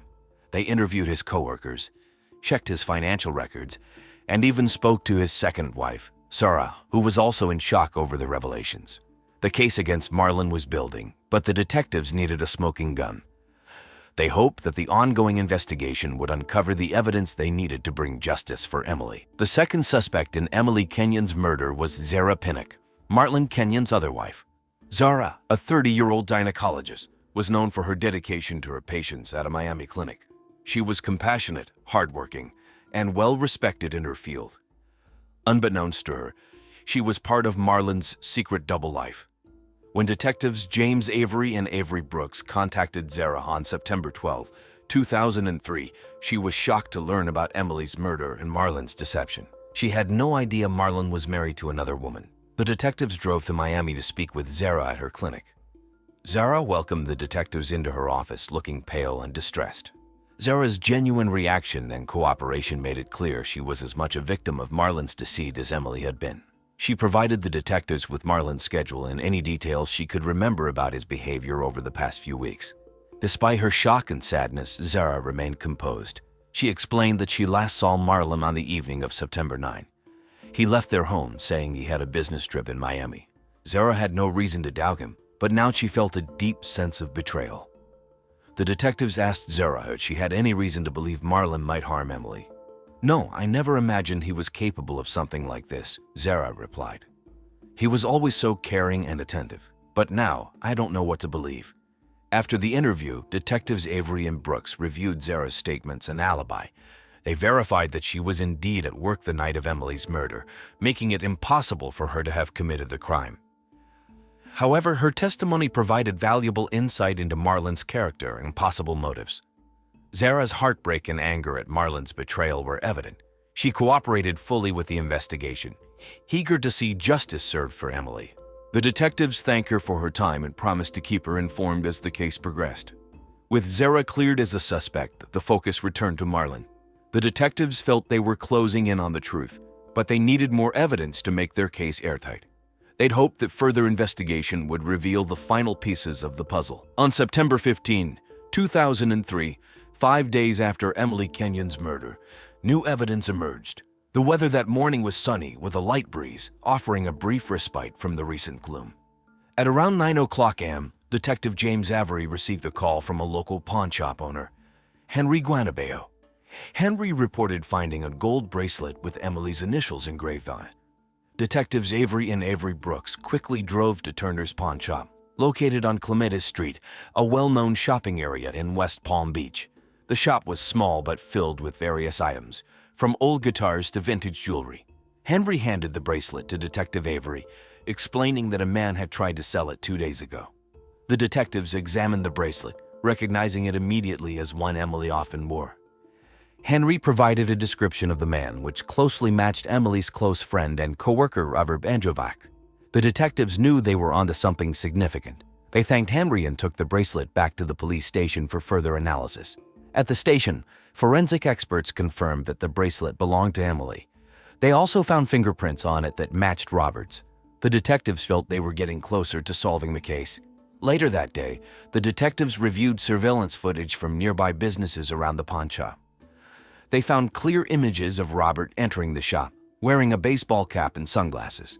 This footage provided a crucial link between Robert and the stolen bracelet. Detective Avery and Detective Brooks discussed their next steps. They decided to bring Robert in for a round of questioning. The new evidence was compelling, and they hoped it would pressure Robert into confessing. The third suspect in Emily Kenyon's murder was Robert Banjovac, a 49-year-old close friend and colleague of Emily's in the snake collecting community. Robert was known for his passion for reptiles and his deep, unrequited love for Emily. He had a history of mental instability and occasional violent outbursts, which put him on the detectives' radar. On September 16, 2003, a day after discovering new evidence against Marlon, Detectives James Avery and Avery Brooks decided to interview Robert at his home. The weather was sunny with a few clouds, typical of a Florida morning. Robert lived in a modest house filled with snake terrariums and reptile-related memorabilia. Upon arriving at Robert's home, the detectives observed his nervous demeanor. He was a tall, thin man with glasses, appearing anxious as he led them into his living room. Robert and Emily had shared a close friendship, bonded by their love for snakes. They spent a lot of time together at reptile shows and events, which was well known in their community. Robert admitted to the detectives that he was aware of the problems in Emily's marriage to Marlon. Emily had confided in him about Marlon's other wife, leaving her deeply upset and uncertain about her future. This information gave the detectives insight into Robert's potential motive, as his unreciprocated feelings for Emily could have driven him to extreme actions. Robert's agitation grew as the detectives continued their questioning. His deep anger at Marlon for hurting Emily was evident, yet he maintained that he would never harm her. Despite his assertions, his unstable history and intense feelings for Emily made him a suspect. Robert's alibi for the night of the murder was weak. He claimed to have been home alone, tending to his snakes, but there were no witnesses to confirm his story. The detectives noted Robert's increasing distress as he expressed his regret over not being able to save Emily and his sadness over their unfulfilled relationship. Further investigation into Robert's activities revealed that he had visited Emily's garden the day after the murder. He insisted this visit was to check on her snakes, but the timing raised suspicion. Neighbors reported seeing Robert's car leave late on the night of the murder and returned early in the morning, contradicting his claim of being home. The detectives also delved into Robert's medical history, uncovering past treatment for depression and anger issues. His troubled past, combined with his intense feelings for Emily, painted a picture of a man who could potentially commit a crime of passion. Despite Robert's emotional state and suspicious behavior, the detectives needed more concrete evidence to determine his involvement in Emily's murder. They continued to monitor him closely while gathering additional clues to either implicate or clear him in the case. The breakthrough in Emily Kenyon's murder case came on September 18, 2003, when detectives James Avery and Avery Brooks uncovered critical evidence. That morning was overcast and humid, typical for West Palm Beach in late summer. The detectives had been working tirelessly, piecing together clues to identify the murderer. The new evidence emerged from an unexpected source, a neighbor's security camera footage. The camera, installed to monitor the neighbor's yard, had captured part of Emily's backyard. On the night of the murder, the footage showed Marlon Kenyon entering the backyard with a golf club. Moments later, it showed him leaving with blood on his clothes. Detectives Avery and Brooks reviewed the footage and realized they had the evidence they needed. The footage clearly placed Marlon at the crime scene with the murder weapon. The detectives prepared for Marlon's arrest, knowing it would be a crucial step in bringing justice for Emily. At 3:00 p.m., under a cloudy sky, the detectives arrived at Marlon's office. Marlon was in a meeting, discussing financial plans with clients. The detectives waited in the lobby, observing him through the glass walls. Marlon appeared confident and composed, unaware of the storm about to hit his life. When the detectives entered the room and announced his arrest, Marlon's reaction was one of shock and anger. He protested loudly, taking off all his clothes and insisting on his innocence. The detectives handcuffed him and read him his rights as his colleagues watched in stunned silence. Marlon's calm facade had finally shattered in spectacular fashion. Marlon was taken to the West Palm Beach Police Department for booking. During the interrogation, he continued to deny any involvement in Emily's murder. However, the evidence against him was overwhelming. The fingerprints and now the security footage painted a damning picture of Marlon's guilt. As Marlon awaited trial, the community grappled with the shocking revelations. Emily had been a beloved member of the community, and her murder left a void in many lives. The arrest of her husband, a man who had seemed so charming and trustworthy, was a harsh reminder of the hidden darkness that can lurk beneath the surface. Marlon Kenyon's trial for the murder of his wife, Emily Kenyon, began on December 1, 2004. The courthouse in West Palm Beach buzzed with media attention, drawing reporters from local news stations. The courtroom was filled with Emily's family, friends, and curious onlookers, all eager to see justice served. The prosecution was led by Carla Matthews, a 45-year-old seasoned attorney known for her relentless pursuit of justice. Matthews presented a strong case, starting with the shocking evidence. The security camera footage showing Marlon with a golf club, the blood-stained clothes, and the pawn bracelet with Emily's initials. She argued that Marlon's motive was to silence Emily after she discovered his double life and threatened to expose him. The defense attorney, Mike Travian, was a 50-year-old veteran lawyer with a reputation for defending difficult cases. Travian argued that Marlon was innocent, claiming the evidence was circumstantial and that Marlon loved Emily deeply. He suggested that someone else, possibly Robert Banjovac, could have committed the crime out of jealousy and anger. Throughout the trial, Emily's family watched with a mix of hope and grief. Her parents, sitting in the front row, clutched each other's hands tightly, while her sister wiped away tears. The testimony of Emily's friends and co-workers painted a picture of a kind, loving woman whose life was tragically cut short. On December 15, after 2 weeks of testimony and 3 days of deliberation, the jury reached a verdict. The courtroom was silent as the foreman stood up to read the decision. Marlon Kenyon was found guilty of first-degree murder. Gasps and whispers filled the room, followed by tears and hugs from Emily's family. Marlon was sentenced to life in prison without the possibility of parole. Emily's brother addressed the court, emphasizing the gravity of Marlon's betrayal and the impact on his family and the community. Marlon showed little emotion as he was led away in handcuffs, his once confident demeanor now replaced by a blank stare. The verdict and sentencing brought a sense of justice to Emily's family and friends. While the pain of losing her would never fully heal, they found solace in knowing that Marlon would pay for his crime. The community, too, felt a measure of relief, as the trial's conclusion marked the end of a dark chapter. After Marlon Kenyon was sentenced to life in prison without parole, the lives of those involved in Emily Kenyon's case slowly began to move forward. The trial, which had concluded in December 2004, left a lasting impact on everyone. Emily's family struggled to cope with her loss. Her parents found some comfort in their community and the support of friends. They started a scholarship fund in Emily's name at the University of South Florida, hoping to help aspiring snake lovers follow in her footsteps. Zara Pinnock, Marlon's second wife, faced a different kind of challenge. Shocked and heartbroken by Marlon's betrayal and crimes, she decided to leave West Palm Beach and move back to her hometown of Trenton, New Jersey. Robert Banjovac, Emily's close friend and colleague, struggled deeply with her death and his brief suspicion as a suspect. After the trial, Robert sought therapy to deal with his grief and mental health issues. Robert also continued to care for Emily's snakes, ensuring her legacy lived on through their well-being. Marlon Kenyon, now serving his life sentence, remained largely silent. His double life and the tragic consequences of his actions were subjects of ongoing discussions among his fellow inmates and the prison staff. His fall from grace served as a cautionary tale about the destructive power of secrets and lies. Emily Kenyon's tragic death had a profound impact on everyone involved. While justice was served, the pain of her loss lingered. The community's efforts to honor her memory and support each other highlighted the resilience and strength that emerged in the wake of such a devastating event. Gina Aurelio Ander was a 32-year-old pediatric nurse who lived in Richmond, Virginia. She worked at St. Mary's Hospital, where she was known for her kindness and dedication to her young patients. Gina was loved by everyone who knew her. She had a warm smile and a gentle touch that made children feel better, even when they were very sick. Gina lived in a cozy suburban neighborhood with her husband, David, and their 2 children, Delta, aged 7, and Spirit, aged 5. The family was often seen at local events, like the annual Greek festival or enjoying weekends at Belle Isle. Gina was also a member of the Richmond Runners Club and participated in community events like the Ucrops Monument Avenue 10K. She had a deep passion for health and fitness, Gina enjoyed morning runs and yoga. Every day, she would start with a smoothie from Jamba Juice before heading out for her jog. Her friends and colleagues often saw her as a role model for living a balanced and healthy life. Gina's favorite smoothie was the Green Goodness, packed with kale, spinach, and a hint of apple juice.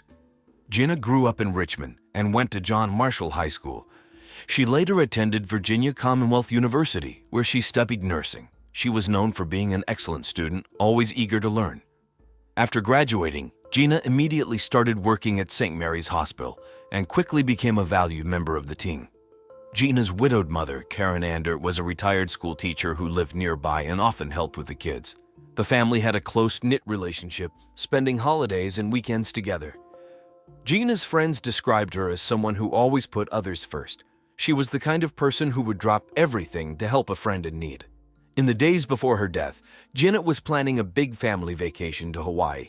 She had just finished a tough certification course in pediatric care, and she was excited to take a break and spend quality time with her family. Gina was also looking forward to Halloween, helping her kids pick out costumes and planning a neighborhood party. Gina's dreams included opening her own pediatric clinic one day. She wanted to create a place where children could receive not only medical care but also emotional support. She often talked about her ideas with her colleagues and was actively working on a business plan. Her sudden death was a shock to everyone who knew her, leaving a huge void in the community and her family. Gina Aurelio Ander was a bright light whose life was tragically cut short. On the morning of September 12, 2014, the weather in Richmond, Virginia was mild and sunny. Around 8 o'clock a.m., Gina Aurelio Ander's neighbor, Kelly Ray Clarkson, set out for her own morning walk in Bird Park. Kelly was an acquaintance of Gina's and knew that Gina often jogged there. As she walked along the familiar path, she saw a figure lying on the ground near a bench. As Kelly got closer, she recognized Gina's running shoes and felt a sudden chill. Gina was motionless. Kelly rushed to her side, calling out her name, but there was no response. Panic set in as Kelly realized something was terribly wrong. She quickly pulled out her phone and dialed 911. Her voice was trembling as she spoke to the operator. 911, what's your emergency? Please, you have to send help. My friend, she's not moving. I think she's dead. We're in Bird Park, near the big fountain. Kelly's distress was palpable, and the dispatcher tried to calm her down, assuring her that help was on the way. Kelly waited, feeling helpless and scared, staying by Gina's side until the paramedics arrived. When the paramedics reached the scene, they confirmed what Kelly had feared. Gina was dead. The news quickly spread through the park, and onlookers gathered, whispering in shock. The area was soon cordoned off with yellow police tape as detectives arrived to investigate. Kelly was in a state of shock, sitting on the grass with a blanket around her shoulders, provided by one of the paramedics. She couldn't stop shaking, her mind racing with questions about what had happened. She had seen Gina just the day before, and everything seemed normal. Now, nothing made sense. Local news stations, like WRIC and NBC12, began reporting the story, and soon it was all over social media. People in the community were stunned. Gina was well known and loved, and the idea that she could be gone so suddenly was hard to accept. The park, usually a place of joy and relaxation, had become the scene of a tragedy. As the sun continued to rise, casting long shadows over the quiet park, the police began their meticulous work. Kelly was taken to the police station to give a statement, still trying to process the morning's horrific events. By evening, the story had made headlines in local newspapers, including the Richmond Times-Dispatch. Everyone wanted to know how such a terrible thing could happen to someone like Gina. When the police arrived at Bird Park on the morning of September 12, 2014, they acted quickly. Detective Marcus Merritt, a seasoned officer known for his careful approach, led the team. Alongside him was Detective Sarah Rannon, who had joined the force 2 years earlier and was gaining a reputation for her sharp instincts. They approached the scene where Gina Aurelio Ander's body lay near a park bench. The area was quiet, with only the sound of leaves rustling in the breeze. The park, usually filled with joggers and families, felt eerie that morning. The detectives took in the scene. Gina's body was positioned as if she had simply lain down and never gotten up. There were no signs of a struggle, no blood, and nothing appeared out of place at first glance. It was puzzling.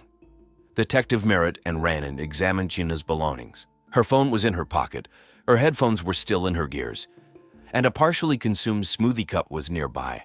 The detectives knew they needed to find out if this was a tragic accident or something more sinister. The smoothie cup caught Detective Rainan's attention. It was from Jamba Juice, a place Gina frequented. She carefully collected it as evidence, suspecting it might hold clues. Meanwhile, forensic experts arrived and began their detailed work, using tools like UV lights and special chemicals to search for any hidden evidence. As the investigation progressed, the detectives learned that Gina had been poisoned. The autopsy revealed she had ingested a lethal dose of digitalis, a toxin from the foxglove plant, which had been mixed into her smoothie. This revelation shifted the case from a mysterious death to a clear case of murder. The police worked methodically, interviewing park visitors and checking security cameras in the area. They hoped to find someone who had seen Gina that morning or noticed anything unusual. Detective Merritt and Rainan kept a close eye on the investigation, ensuring no detail was overlooked. They visited the Jamba Juice where Gina had bought her smoothie, talking to employees and reviewing surveillance footage from the store. The crime scene investigation was thorough. The detectives pieced together Gina's final hours, from purchasing her smoothie to her last moments in the park. The careful collection of evidence and witness testimonies would become crucial in solving the case and bringing Gina's killer to justice. By the end of the day, the park had returned to its usual calm, but the echoes of the morning's tragedy lingered. The community was left in shock, grappling with the loss of a beloved nurse and mother. The police, now armed with vital clues, were determined to find the person responsible for Gina's death. David Aurelio, aged 41, was Gina's husband and a state senator from Harrisonburg, Virginia. Known for his charm and polished public image, David had a darker side that few people saw. Financial troubles and the stress of his demanding job had put a significant strain on his marriage to Gina. The police brought David in for questioning on September 13, 2014. The interrogation room was stark, with a simple table and chairs, a far cry from the luxurious settings David was used to. Detective Marcus Merritt and Detective Sarah Rainan conducted the interview. David sat across from them, appearing calm and collected, but there was a tension in the air. Mr. Aurelio, can you tell us where you were on the morning of September 12th? I was at my office, preparing for a meeting. I got there early, around 7:30 a.m. The detectives knew that his office was in downtown Richmond, a considerable distance from Bird Park. They needed to verify his alibi. Did anyone see you there? Can anyone confirm your whereabouts? Yes, my assistant, Ruby. She can confirm I was there. As the interrogation continued, the detectives noticed that David maintained a controlled demeanor. But there were moments when his frustration peeked through. When asked about his relationship with Gina, David's facade briefly cracked. Our marriage was challenging lately, but I love Gina. I would never hurt her. However, the detectives had discovered that David was under immense financial pressure. He had made bad investments and was heavily in debt. These financial troubles had driven a wedge between him and Gina. The detectives also found out about a large life insurance policy David had taken out on Gina, raising further suspicions. Mr. Aurelio, did you know about the life insurance policy on your wife? Yes, but that's not uncommon. It's for our children's future, in case anything happened to her. The detectives weren't convinced. They pressed on, asking about his recent financial activities and any conflicts with Gina. David's answers were increasingly terse, and his calm demeanor began to crack under the pressure. David's controlled responses and the significant life insurance policy made him a prime suspect. The detectives left the interrogation room with more questions than answers, but were determined to uncover the truth. David's financial desperation and strained marriage painted a grim picture. As the investigation continued, the police searched David's financial records and phone logs, looking for any clues that could connect him to Gina's murder. The pieces of the puzzle were starting to come together, but the detectives knew they needed more evidence to make a solid case. The spotlight was firmly on David Aurelio, and the community watched closely as the investigation into Gina's tragic death unfolded. Karen Ander, age 58, was Gina's mother and a retired school teacher. She had a very close relationship with her daughter and often helped care for Gina's children, Delta and Spirit. Despite her nurturing personality, Karen had a complicated and strained relationship with Gina's husband, David. She often criticized him for how he treated Gina. On September 14, 2014, the police brought Karen in for questioning.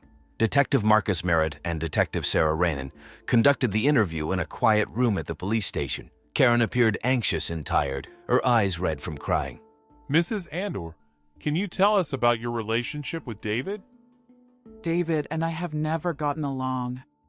He's always been so controlling and demanding. Gina deserved better. The detectives knew they needed to dig deeper. They had discovered a secret that Karen had kept hidden for years. Mrs. Andor, we have reason to believe that you and David were involved in an affair. Yes, it's true. It started 5 years ago. It was a terrible mistake. I knew it was wrong, but he threatened to ruin my relationship with Gina if I didn't comply. The detectives exchanged glances. This revelation added a new layer of complexity to the case. Karen's involvement with David could be seen as a motive, but her admission also pointed towards David's manipulative behavior. Why didn't you come forward earlier? I was ashamed. I didn't want to lose my daughter. I didn't know what to do. Karen's emotional state was clear. She was torn between her guilt and her love for Gina. The detectives pressed on, asking about the morning of Gina's death. "Where were you on September 12th?"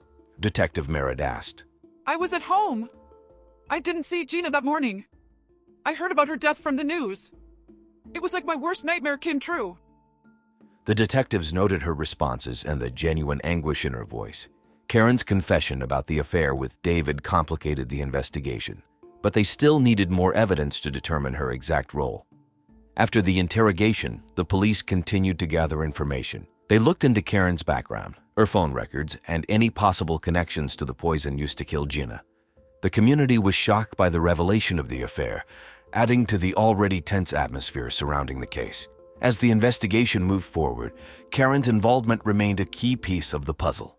The detectives knew they had to untangle the web of relationships and secrets to find out who was truly responsible for Gina's death. On September 15, 2014, the weather in Richmond, Virginia, was cloudy with a chance of rain. Around 3:00 p.m., while searching Gina's home for more clues, the police found something crucial. Detective Sarah Rainin was going through Gina's desk when she discovered a hidden compartment. Inside, there was a small digital recorder. The recorder contains several conversations between Gina and David. These recordings revealed Gina confronting David about his secret gambling addiction and the financial troubles he had been hiding. One recording was particularly alarming. Gina mentioned wanting to leave David and take their children with her, while David responded with cold, threatening remarks. This evidence was a significant breakthrough, providing a clear motive for David and showing how desperate and dangerous he had become. Gina had been planning to leave him, and David's fear of losing his family and his reputation might have driven him to murder. With this new evidence, the detectives returned to questioning David. They confronted him with the recordings, hoping to crack his calm facade. Faced with the recordings, David became visibly distressed, his usual composure breaking down. He admitted to the gambling addiction and the threat, but he said that he had not intended for Gina to die. He had only wanted to scare her into staying with him. David's confession confirmed the police's suspicions and provided them another piece of the puzzle. The detectives documented David's confession and the new evidence carefully, knowing it would be crucial for the trial. The community, still reeling from the shock, hoped for justice for Gina. As the investigation continued, the focus shifted to preparing for the upcoming trial, where David would face the consequences of his actions. The police's diligent search for evidence and the discovery of the recorder played a critical role in solving Gina's murder. David's fear of losing everything had pushed him to a desperate and ultimately fatal act. The meticulous work of the detectives ensured that justice would be served, bringing some closure to Gina's grieving family and community. Lisa Breton, age 29, was a nurse who worked with Gina at the hospital. Known for her ambition and drive, Lisa often competed with Gina for promotions and recognition. Despite their professional rivalry, they maintained a facade of friendship.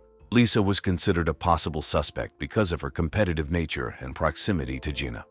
On September 16, 2014, the police brought Lisa in for questioning. The interrogation room was plain and serious. Detective Marcus Merritt and Detective Sarah Rainin conducted the interview. Lisa appeared composed, but there was a tension in her eyes. The detectives began by asking Lisa about her relationship with Gina. Lisa described their relationship as friendly, but acknowledged the professional rivalry. She admitted that they both aimed for the same promotions and recognition at the hospital. However, she insisted that their competition was friendly and not personal. The detectives then shifted their focus to Lisa's whereabouts on the morning of Gina's death. Lisa explained that she was at the hospital, starting her shift at 7:00 a.m. The detectives checked this alibi with the hospital records and confirmed that Lisa had indeed clocked in at that time. Colleagues also confirmed seeing her at work. Despite her alibi, the detectives delved deeper into Lisa's background. They found that Lisa had no criminal record and was known for her dedication to her job. However, they also discovered that Lisa had recently faced disappointment. She had been passed over for a promotion that Gina had received. This raised questions about her possible motives. While Lisa's rivalry with Gina was evident, the detectives found no concrete evidence tying her to the murder. The investigation continued, but Lisa remained cooperative and calm throughout the process. Her alibi and lack of motive made it difficult for the police to consider her a primary suspect. As the investigation progressed, the focus shifted back to the more likely suspects. Lisa's involvement seemed less probable given her strong alibi and lack of motive. The detectives continued to piece together the evidence, determined to find justice for Gina. On September 20, 2014, Detective Marcus Merritt and Detective Sarah Rainin finally got the break they needed. They had discovered the real reason why David Aurelio had been blackmailing Gina's mother, Karen Ander. This shocking twist came to light after a careful review of the hidden camera footage and phone records. David had discovered that he was Karen's son from a secret teenage pregnancy, given up for adoption years ago. He used this information to force Karen into an affair and to keep her silent about his abusive behavior towards Gina. David was under immense financial pressure due to bad investments, failing business ventures, and a severe gambling addiction. His mounting debts had led him to take out a large life insurance policy on Gina. When Gina found out about his gambling and was planning to leave him with the kids, David saw no way out other than to get rid of her. On the morning of Gina's death, David got her usual morning smoothie from Jamba Juice, but this time he added a lethal dose of digitalis. This poison derived from the foxglove plant is not commonly used, making it hard to detect. Gina drank the smoothie before her routine jog, completely unaware of what her husband had done. Within minutes, she collapsed and died on the sidewalk, where her neighbor later found her. The weather on September 21, 2014 was stormy, with heavy rain and thunder. That evening, the police decided to arrest David. They arrived at his office at the state capitol, where he was finishing up a late meeting. The arrest was swift and professional. David, dressed in his usual sharp suit, was caught off guard but tried to maintain his composure. As the officers read him his rights, his face remained stony, but his hands shook slightly. News of David's arrest quickly spread through the media. The Richmond Times-Dispatch reported on the shocking arrest of the state senator, and TV stations like WTVR and WRIC aired footage of David being led away in handcuffs. The community was stunned. Many had admired David for his public service, unaware of the dark secrets he kept. Gina's family, especially her mother Karen, were devastated but relieved. Friends and neighbors gathered to support Gina's children, Delta and Spirit, offering help and comfort during this difficult time. David's arrest marked the beginning of the end of a tragic story filled with deceit, betrayal, and loss. The community of Richmond was left to pick up the pieces and support Gina's family as they faced the long road ahead. The trial of David Aurelio started in January 2015 at the Richmond Circuit Court. The courtroom was filled with reporters, friends, and family members of both David and Gina. The Richmond Times-Dispatch and local TV stations covered the trial closely, keeping the community updated on every detail. The prosecution was led by Richard Huckley, a 50-year-old attorney known for his dedication to justice. Huckley was determined to prove that David had planned and executed the murder of his wife, Gina. He presented the recordings found on the hidden camera, which showed David's violent temper and threats towards Gina. Huckley also highlighted the life insurance policy and David's gambling debts as motives. On the other side, the defense attorney, Julia Indio, was 45 years old and known for her calm and sharp legal skills. She argued that the evidence was circumstantial and that David was being framed. Indio pointed out that there were no witnesses to David actually poisoning Gina and tried to cast doubt on the reliability of the evidence. Gina's family sat through the trial with heavy hearts. Her mother, Karen Ander, was often seen wiping away tears, while Gina's children, Delta and Spirit, were too young to understand the full extent of what was happening, but were deeply affected by the loss of their mother. After weeks of testimony and deliberation, the jury found David Aurelio guilty of first-degree murder. The courtroom was silent as the verdict was read. David showed no emotion, but his hands trembled slightly. The judge sentenced him to 20 years in prison with the possibility of parole in 5 years. The community of Richmond had mixed reactions. Some felt the sentence was just beyond the cruelty of the crime, while others were shocked that a state senator could commit such an act. Gina's friends and family felt a sense of justice, but also a deep sadness that nothing could bring Gina back. Reporters from the Richmond Times-Dispatch and local news stations interviewed people outside the courthouse. Many expressed relief that justice was served, but also concern for Gina's children, who would grow up without their parents. The trial's outcome affected everyone involved. Karen Anders struggled with the dual betrayal of losing her daughter and discovering her son's true nature. Gina's colleagues at the hospital remembered her dedication and kindness, setting up a scholarship in her name to help future nurses. David's trial and conviction brought some closure to the community, but the impact of his actions would be felt for years to come. After the trial, life in Richmond, Virginia, slowly returned to a semblance of normalcy. For Gina Aurelio Anders' family and friends, however, the scars left by her tragic death would take much longer to heal. David Aurelio's conviction brought a sense of closure to Gina's loved ones. They found solace in knowing that justice had been served for Gina, even as they grappled with the pain of her absence. The community rallied around them, offering support and condolences during their time of grief. For Delta and Spirit, Gina's children, life would never be the same. They were left without a mother, their innocence shattered by the cruel actions of their father. But with the love and support of their extended family and community, they began the long journey of healing and rebuilding their lives. As for Karen Anders, Gina's mother, the trial marked the end of a nightmare. David's blackmail had been a heavy burden to bear, but with David behind bars, she could finally breathe a sigh of relief. She found solace in knowing that she had helped bring her daughter's killer to justice. For Detective Marcus Merritt and Detective Sarah Rannon, the trial was a bittersweet victory. They had worked tirelessly to unravel the truth behind Gina's murder, and seeing David Aurelio behind bars was a testament to their dedication and perseverance. But they knew that their work was far from over. There were other cases to solve, other families seeking closure, and they were determined to continue fighting for justice. Though Gina Aurelio Anders was gone, her spirit lived on in the hearts of those who loved her. And as the community stood together, united in grief and remembrance, they vowed never to forget the woman who had touched so many lives. In the heart of the Great Lakes region, Lana Tompkins was a beacon of potential and creativity. At 26 years old, she hailed from Michigan's bustling city of Detroit, a place that, despite its economic struggles, remained a hub of artistic and cultural diversity. Lana was a graphic designer by trade, her skills honed at the College for Creative Studies, a prestigious institution known for its contribution to the arts. Her portfolio, a vibrant tapestry of digital illustrations and branding projects, was a testament to her ambition and talent. Lana's roots were firmly planted in a close-knit family. She was the youngest daughter of Michael Tompkins, a dedicated automotive engineer at General Motors, and Susan Tompkins, a librarian whose love for books was infectious. Lana's siblings, elder brother David, an up-and-coming lawyer, and sister Emily, a pediatric nurse, shared a strong bond with her, rooted in mutual respect and admiration. Her personality was a blend of warmth and determination, traits that endeared her to friends and colleagues alike. Described by her peers as the life of the party, she had an infectious laugh that could light up even the dullest of rooms. Yet, beneath her cheerful exterior lay a dreamer with aspirations that reached far beyond the confines of her current life. In the days leading up to her untimely death, Lana was brimming with excitement over her plans to expand her design business.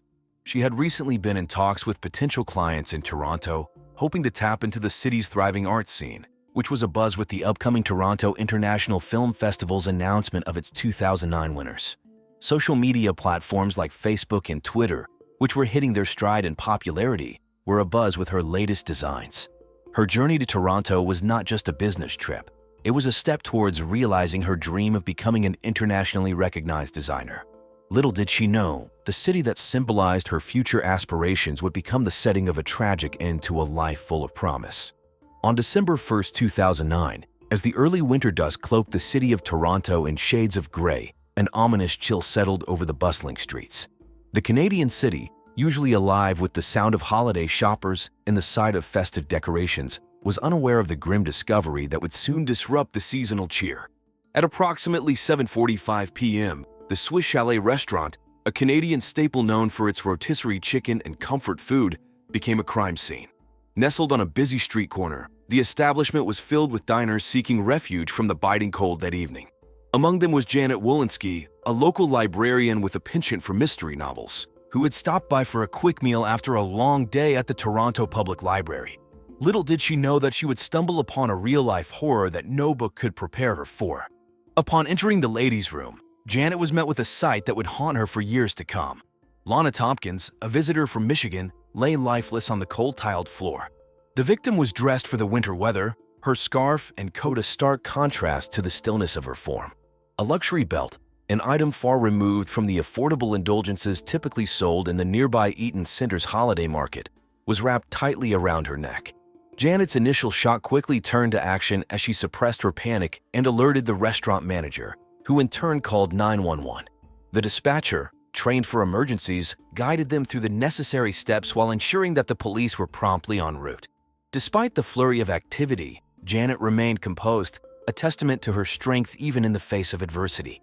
As the snowflakes of the season began to fall, casting a serene blanket over the city, the warmth inside the Swiss Chalet was irreversibly tainted by the cold reality of a life extinguished too soon. The Toronto Police Service received the distress call from the Swiss Chalet restaurant at 7:52 p.m. on that frigid December evening. Within minutes, the scene was swarming with the flashing lights of emergency vehicles, cutting through the darkness as they arrived with urgency. The first responders were met with a scene that juxtaposed the festive atmosphere typical of the season. A young woman's body lay in the solitude of the restaurant's bathroom, a place where the jovial chatter of diners was replaced by a deafening silence. Detectives James Keller and Sandra Lee, both veterans of the homicide squad, led the investigation. Keller, with his gruff demeanor and a reputation for his dogged pursuit of justice, was well known in the corridors of the 52 Division. His partner, Lee, brought a methodical and detail-oriented approach to the case, her skills honed by years on the force and a keen understanding of the city's diverse communities. The crime scene was meticulously preserved, with the area cordoned off to prevent contamination. Forensic teams donned protective suits as they entered the scene, a procedure that had become almost routine in a city that had seen its share of violent crimes. The air was thick with the scent of disinfectant, a stark contrast to the heavy aroma of gravy and fries that wafted from the kitchen. Lana Tompkins' body showed no immediate signs of a struggle, suggesting she may have known her assailant or been taken by surprise. The murder weapon, a belt from a luxury department store, hinted at a personal attack. Such items were not commonly found in the possession of the average Torontonian. As the forensic team collected evidence, they employed the latest in crime scene technology, including alternate light source imaging and 3D crime scene reconstruction, tools that were just coming into their own at the end of the decade. The meticulous collection of fingerprints and DNA samples was a race against time, with the knowledge that each passing moment could lead the killer further from their grasp. The crime had been committed with a chilling precision that left the seasoned detectives unsettled. As the night wore on, the realization that this case would not be a simple one was dawning on everyone involved. The city of Toronto, normally abuzz with excitement over the upcoming Winter City Festival, was now overshadowed by the specter of a murderer in its midst. As the investigation unfolded, attention turned to Laird Chevalier, a 23-year-old janitor employed at the Swiss Chalet restaurant where Lana Tompkins' body was found. Chevalier, originally from Sherbrooke, Quebec, had moved to Toronto in search of better prospects and was known among his colleagues for his quiet demeanor and punctuality. The young janitor lived a modest life in a small apartment cluttered with architectural blueprints and design magazines, remnants of his abandoned dream to become an architect. A dream thwarted by financial constraints in the global economic downturn of 2008. His social media profiles, sparse and infrequently updated, offered no insights into his personal life, presenting a challenge for the detectives trying to piece together his background. During the interrogation, held in the sterile confines of an interview room at the police station, Chevalier maintained a calm exterior. The detectives, skilled in the art of questioning, probed for inconsistencies in his account of the evening in question. He claimed to have been restocking supplies at the time of the murder, a routine task that left him largely unaccounted for during the critical window. His alibi was met with skepticism. The investigators, aware of the pressures faced by service workers in the city, often highlighted in exposés by the Toronto Star, considered the possibility of a crime of opportunity. However, without a clear motive or evidence linking him to the crime, their suspicions remained unconfirmed. Throughout the questioning, Chevalier cooperated fully, his responses measured and devoid of the defensiveness typical of a guilty conscience. His hands, though roughened by manual labor, showed no signs of involvement in a violent act. The detectives were left to ponder whether his calmness was a facade or a genuine indication of innocence. As the interrogation concluded, the police were no closer to proving Chevalier's involvement in the murder. The investigation would have to delve deeper into the lives of Lana Tompkins and the other individuals connected to the case to uncover the truth behind the tragedy. Nearly 4 days after the tragic discovery of Lana Tompkins, the city of Toronto was shaken once again. On December 5, 2009, Robin Kwan, an 18-year-old high school student, was found dead in the bathroom of a Canadian Tire store on Yonge Street, a bustling retail hub especially crowded during the holiday season. Like Lana, Robin was strangled with a belt that seemed out of place amidst the rows of automotive parts and home essentials, a belt that, upon further investigation, was traced to the same luxury department store chain. Robin, a recent immigrant from Hong Kong, had moved to Canada with her parents in hopes of a better future. She was described by her classmates at Jarvis Collegiate Institute as a bright and ambitious student, her dreams of studying medicine at the University of Toronto driving her to excel academically. Her part-time job at Canadian Tire was a step towards independence and financial support for her education. The investigation led to an interrogation of her coworkers, one of whom was present on the evening of her death. The store manager, a middle-aged man named Douglas Peters, was visibly distraught as he recounted the events of the night. He described Robin as a diligent and reliable employee, her customer service always accompanied by a friendly smile. Social media platforms like Facebook, then at the height of their emerging influence, became a valuable tool in the investigation. Detectives scoured Robin's online interactions for any sign of conflict or distress, but found nothing beyond the usual teenage discourse and aspirations. The police, determined to find a connection between the two murders, questioned Robin's friends and family with sensitivity, understanding the cultural nuances of her community. Her parents, overwhelmed by grief, struggled to comprehend the senseless loss of their daughter, their dreams shattered in an instant. Despite the meticulous interrogation of those within Robin's immediate circle, the police found no clear motive or suspect. The killer remained at large, his or her identity shrouded in mystery, leaving the city's residents in a state of heightened anxiety and fear. The investigation took a pivotal turn on the morning of December 7, 2009. A gray overcast sky loomed over Toronto, a reflection of the somber mood that had enveloped the city since the string of unsettling murders. The crisp winter air was heavy with anticipation as the Toronto Police Service worked tirelessly to connect the dots between the two cases. A breakthrough came when a loss prevention officer from Holt Renfrew, an upscale department store renowned for its curated selection of luxury goods, contacted the authorities. The officer had been reviewing security footage as part of the store's routine protocols heightened during the holiday shopping frenzy. Amidst the footage, a figure caught their attention, a young man purchasing several high-end belts, the same type used in the murders. The surveillance video timestamp coincided with the days leading up to the first murder. The young man's face was clear, his demeanor calm as he made the transactions. The footage was promptly handed over to the police, who disseminated stills to local media outlets, including CP24 and the Globe and Mail, in a bid to solicit the public's help in identifying the individual. The response was swift. Tips flooded in, and the public's vigilance was palpable. Social media buzzed with activity as the images circulated on Twitter and Facebook, where concerned citizens shared information and expressed their unease about the brazen nature of the crimes. Detectives Keller and Lee analyzed the footage, noting the suspect's confidence and the ease with which he navigated the upscale environment. The belts, an accessory to fashion for most, had become an instrument of death in his hands. As the day progressed, the weather took a turn and light snow began to fall, blanketing the city in a deceptive calm. But the police were far from tranquil, as this new evidence presented a tangible lead. The race was on to identify the young man before he could strike again, and with the city on edge, the pressure was mounting to bring the perpetrator to justice. The investigation's urgency intensified on December 9, 2009, as another life was claimed under chillingly similar circumstances. Yaira Dominguez, a 21-year-old single mother and recent immigrant from Holguin, Cuba, was found in the staff bathroom of an A&W restaurant, her life extinguished by the same method, a luxury belt, now a grim signature of the killer.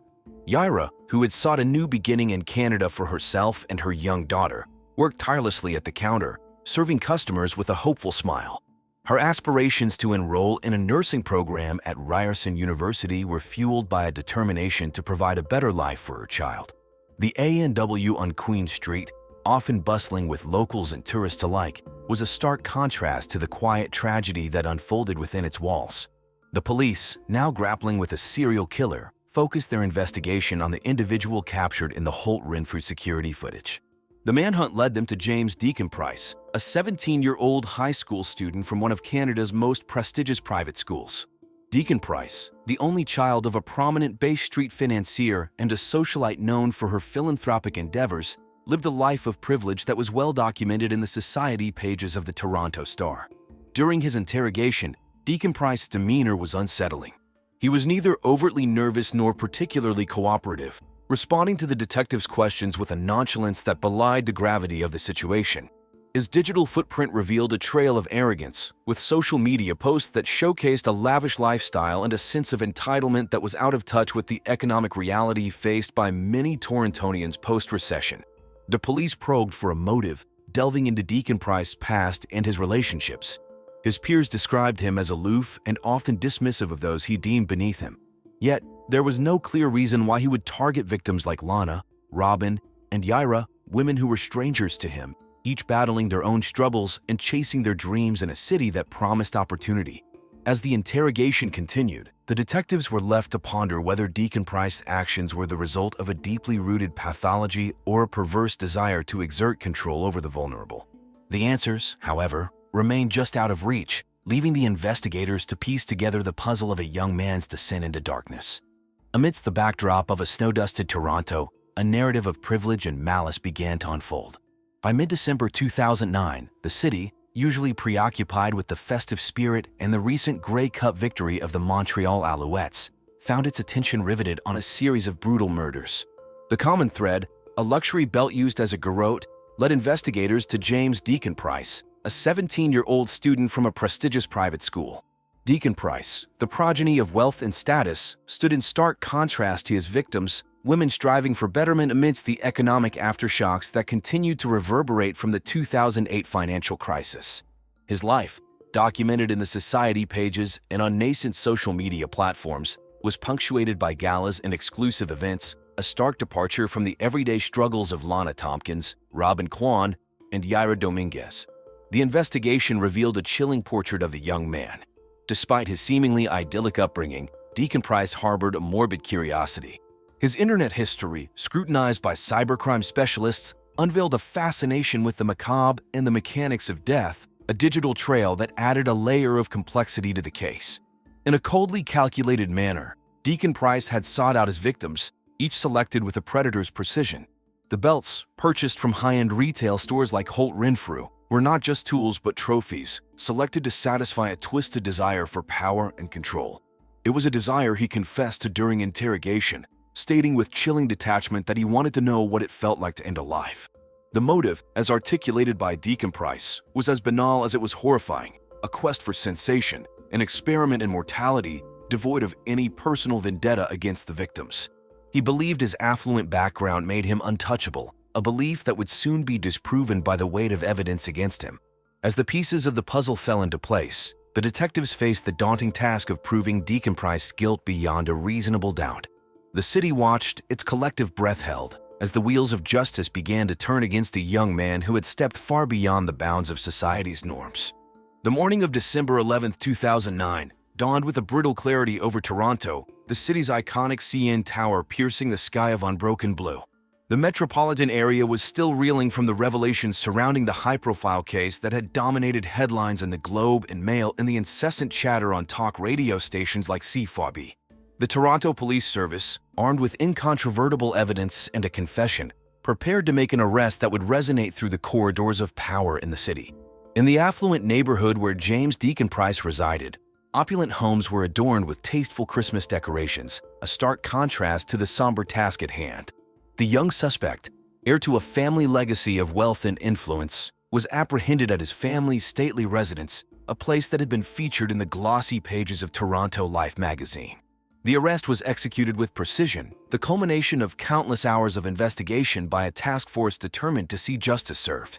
Detectives Keller and Lee, accompanied by uniformed officers, approached the Deacon Price home as the first light of day reflected off the freshly fallen snow. The suspect, confronted with the reality of his situation, displayed a flicker of surprise before his expression settled into one of resigned acceptance. The reaction of Deacon Price, who had so cavalierly confessed to his heinous acts, was one of detached acknowledgement, a far cry from the arrogance he had exhibited in his online persona and in the interrogation room. As he was led away in handcuffs, the gravity of his fate seemed to settle upon him, a stark departure from the invulnerability he had once assumed. Meanwhile, the families of the victims, who had been notified of the impending arrest, experienced a tumult of emotions. Relief mingled with sorrow, the reality that nothing could bring back their loved ones setting in. The arrest, while a closure of sorts, was also a reminder of the gaping wounds left by the loss of Lana, Robin, and Yaira. As the news of the arrest spread, the city of Toronto breathed a collective sigh of relief. The imminent threat was contained, but the scars left by the actions of James Deacon Price would linger in the city's collective memory for years to come.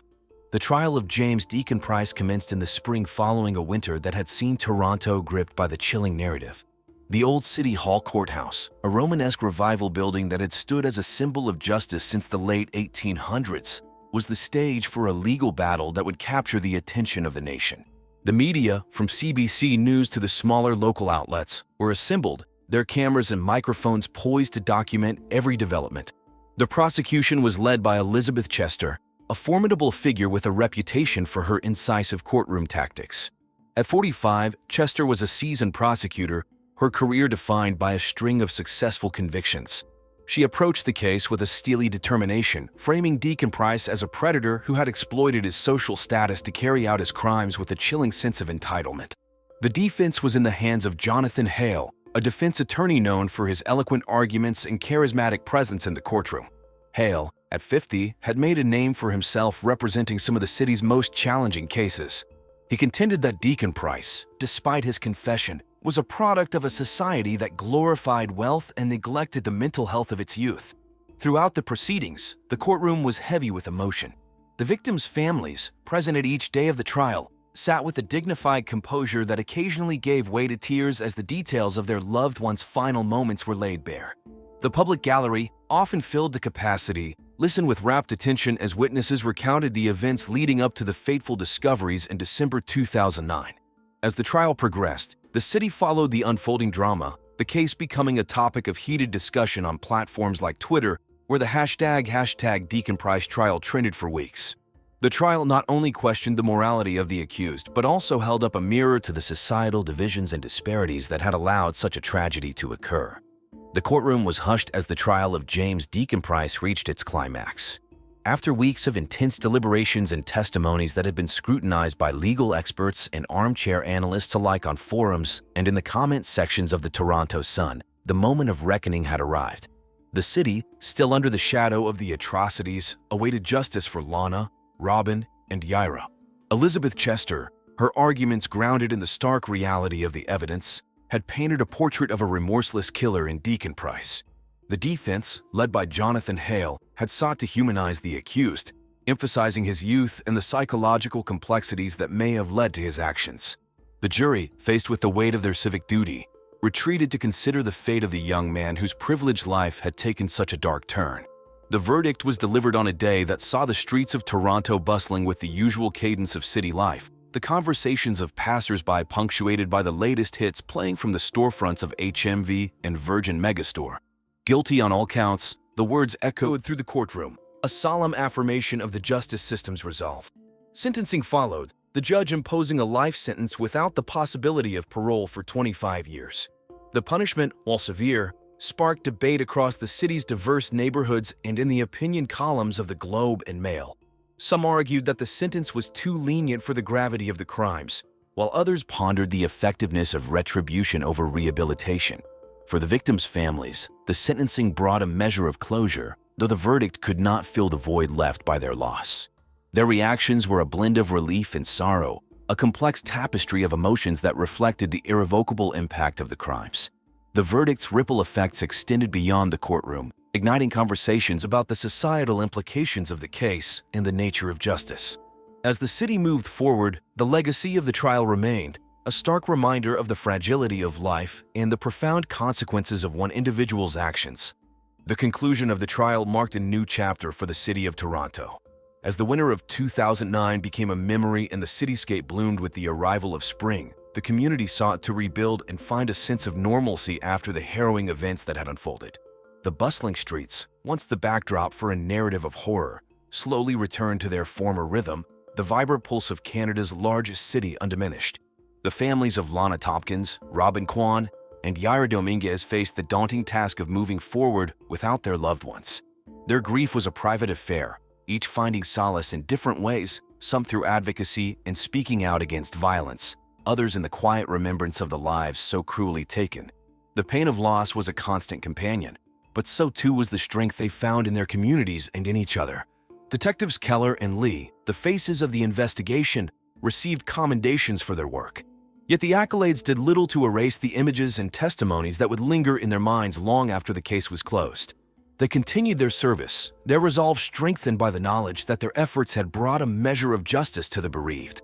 As for James Deacon Price, his conviction and subsequent incarceration became the subject of continued media interest. True crime podcasts and television specials analyzed every facet of the case, from his privileged upbringing to the psychological profile that emerged during the trial. In prison, Deacon Price became another inmate, his notoriety a stark departure from the life of luxury he had once known. The broader community grappled with the implications of the case, discussions about mental health, societal privilege, and the criminal justice system taking center stage in university lectures and coffee shop debates. The murders had left an indelible mark on the city's consciousness, prompting reflection on the vulnerabilities and inequalities that existed within the urban tapestry. As years passed, the case of the James Deacon Price remained a cautionary tale, a reminder of the darkness that can lie beneath a facade of normalcy and the enduring quest for justice in the face of senseless violence. The case of the Nepo baby serial killer serves as a grim reminder of the darkness that can lurk behind a facade of privilege. It's a story that shook Toronto and one that true crime case files will never forget. Jenny Smith Brosley, a vibrant 32-year-old kindergarten teacher, resided in the peaceful city of Rochester, New York, during the fateful summer of 1993. She was known throughout the community for her cheerful disposition and unwavering kindness. Her dedication to educating young minds and spreading joy was unparalleled. Outside of the classroom, Jenny selflessly volunteered at the local animal shelter, showcasing her love for all creatures great and small. Her compassion and empathy extended to every living being she encountered. Jenny's friends adored her homemade cookies, which had become legendary for their deliciousness. They were often the highlight of community bake sales and gatherings. August of 1993 was a time of excitement and anticipation in Rochester. The city was buzzing with the upcoming Lilac Festival, an annual event that celebrated the blooming of the beautiful lilac flowers. Locals and tourists alike eagerly awaited the festivities, which promised a vibrant atmosphere filled with music, food, and art. Jenny, too, eagerly anticipated the festival. She had planned to take her kindergarten class on a field trip to Highland Park, where the festival was held. The children were excited to explore the colorful gardens and enjoy the various activities planned for them. Unfortunately, the joyous anticipation surrounding the Lilac Festival would soon be overshadowed by a devastating tragedy. On the morning of August 15th, Jenny Smith Brosley was found lifeless in her home, her vibrant spirit extinguished in a brutal act of violence. On a sweltering summer day in August 1993, tragedy befell the peaceful city of Rochester, New York. The community was left in shock and sorrow when the lifeless body of Jenny Smith Brosley, a beloved 32-year-old kindergarten teacher, was discovered in her own home. The discovery of Jenny's body was made by her sister, Sarah Canister, who had stopped by for a visit.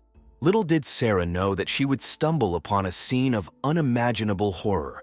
As she entered Jenny's home, a wave of unease washed over her, sensing that something was terribly wrong. The air inside the house was thick with an oppressive stillness, broken only by the distant hum of a fan struggling to combat the relentless heat. The scent of freshly baked cookies, once a comforting aroma synonymous with Jenny's presence, hung in the air, now tainted by an underlying sense of dread. Sarah's heart sank as she reached the living room, where Jenny's lifeless body lay sprawled on the floor. Her once vibrant friend now appeared pale and lifeless, her eyes vacant and devoid of the spark that had always defined her. It was a sight that would forever haunt Sarah's memory. Overwhelmed by grief and shock, Sarah's trembling hands fumbled for the kitchen phone. She dialed the emergency number with trembling fingers, her voice quivering as she relayed the devastating news to the authorities. The sound of sirens wailed in the distance, growing louder with each passing second. As the gravity of the situation began to unfold, news of Jenny's tragic demise spread like wildfire through the close-knit community of Rochester. The local newspaper, the Rochester Times, wasted no time in reporting the shocking incident. Local television news crews descended upon the scene, their cameras capturing the somber atmosphere that now enveloped Jenny's once vibrant neighborhood. As investigators meticulously combed through the evidence, the community remained on edge, grappling with a sense of fear and uncertainty. Who could have committed such a heinous act against a woman known for her unwavering kindness and selflessness? The answers remained elusive, leaving a city in mourning and a void that could never be filled. The Rochester Police Department wasted no time in launching a full-scale investigation into the tragic death of Jenny Smith-Brosley, the beloved kindergarten teacher whose life was cut short in a heinous crime. Leading the investigation were husband and wife detective duo Joseph and Lisa Anderson, known for their relentless pursuit of justice. Arriving at the crime scene, located in the quiet suburban neighborhood of Rochester, the detectives were met with a sense of unease. The warm August air hung heavy with anticipation as they approached the modest two-story house where Jenny's lifeless body had been found. With a keen eye for detail, Detective Joseph Anderson meticulously surveyed the exterior of the house. The neatly manicured lawn, adorned with vibrant flowers, stood in stark contrast to the grim reality that awaited them inside. The front door, a sturdy oak structure, showed no signs of forced entry, leaving the detectives puzzled as to how the killer gained access to the home. As they stepped into the house, a wave of silence enveloped them. The air was thick with a sense of foreboding, as if the walls themselves held the secrets to Jenny's untimely demise. The detectives were careful not to disturb any potential evidence as they made their way through the meticulously organized rooms. In the kitchen, Lisa Anderson's sharp eyes were drawn to a batch of freshly baked cookies sitting on the counter. The aroma of chocolate chips filled the room, a bittersweet reminder of the joy Jenny had brought to her students and friends. But beneath the surface of that innocent scene, a sinister truth awaited discovery. With gloved hands, Lisa carefully collected samples of the cookies, suspecting that they held the key to unraveling the mystery. The cookies were sent to the crime lab for analysis, where experts would determine if they contained traces of the lethal poison, cyanide. The meticulous work of the Anderson detectives would prove crucial in uncovering the truth behind Jenny's tragic end. With each passing day, they delved deeper into the web of deceit, determined to bring the perpetrator to justice and provide closure to a grieving community. The initial suspect in the investigation of Jenny Smith-Brosley's tragic murder was none other than her estranged husband, Mark H. Smith. At 35 years old, Mark worked as an engineer for the renowned photography company, Kodak, a name that resonated with many in August of 1993. Known for his reserved nature and occasional outbursts of anger, Mark was taken into custody for questioning, as the police sought to uncover any possible motive for his wife's untimely demise. As the investigation unfolded, the police delved into the couple's relationship, peeling back the layers of their troubled marriage. Neighbors recounted hearing heated arguments emanating from the Smith-Brosley residence, raising suspicions about the state of their union. Friends and colleagues were interviewed, shedding light on the couple's tumultuous history, which included allegations of infidelity and financial strain. Detectives Joseph and Lisa Anderson, a husband and wife team known for their tenacity and attention to detail, meticulously combed through Mark's personal and professional life. They scoured his workplace, questioning colleagues and superiors, hoping to unearth any clues that could connect him to the crime. The Kodak campus, a bustling hive of activity, was abuzz with speculation as news of the investigation spread like wildfire. Meanwhile, the media circus surrounding the case reached a fever pitch. Local newspapers, such as the Rochester Democrat and Chronicle, dedicated column inches to dissecting the details of the crime. Television news stations, like WHEC-TV, aired dramatic reenactments of the discovery of Jenny's lifeless body, captivating audiences across the city. The community was gripped by fear and intrigue as they anxiously awaited answers to the burning question: who could have committed such a heinous act? As the investigation into Mark H.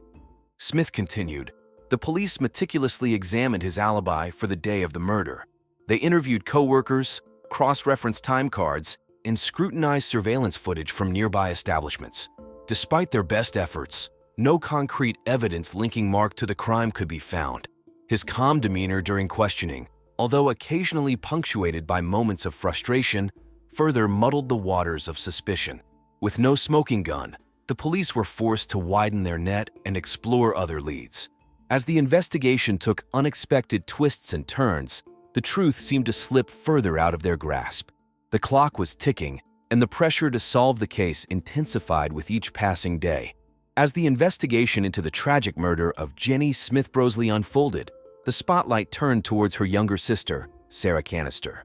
Sarah, a stay-at-home mom residing in the quiet city of Rochester, New York, found herself at the center of a web of suspicion. Behind Sarah's seemingly vivacious personality and quick wit, a darker side emerged. The investigators began to uncover a deep-seated jealousy that Sarah harbored towards her accomplished sister. Jenny's success as a beloved kindergarten teacher and her ability to effortlessly spread joy seemed to cast a shadow over Sarah's own life. Sarah's envy was not a well-kept secret among family and friends. She had often expressed her frustration at feeling overshadowed by Jenny's achievements. As the investigators delved deeper into Sarah's past, they discovered a pattern of attention-seeking behavior. Sarah had been known to orchestrate elaborate schemes to gain the recognition she so desperately craved. The police interrogated Sarah, carefully navigating the delicate balance between empathy and suspicion. They sought to unravel the tangled threads of her hidden motives. Sarah's charm and ability to manipulate others made the task all the more challenging. She skillfully evaded direct questions, leaving the investigators with more questions than answers. With each passing day, the web of suspicion around Sarah grew tighter. The investigators tirelessly pursued every lead, meticulously analyzing phone records, financial transactions, and witness testimonies. They sought to piece together the puzzle that would bring justice to Jenny's memory. In a significant breakthrough in the investigation into the tragic murder of beloved kindergarten teacher Jenny Smith-Brosley, the police stumbled upon a hidden diary that may have held the key to unraveling the mystery.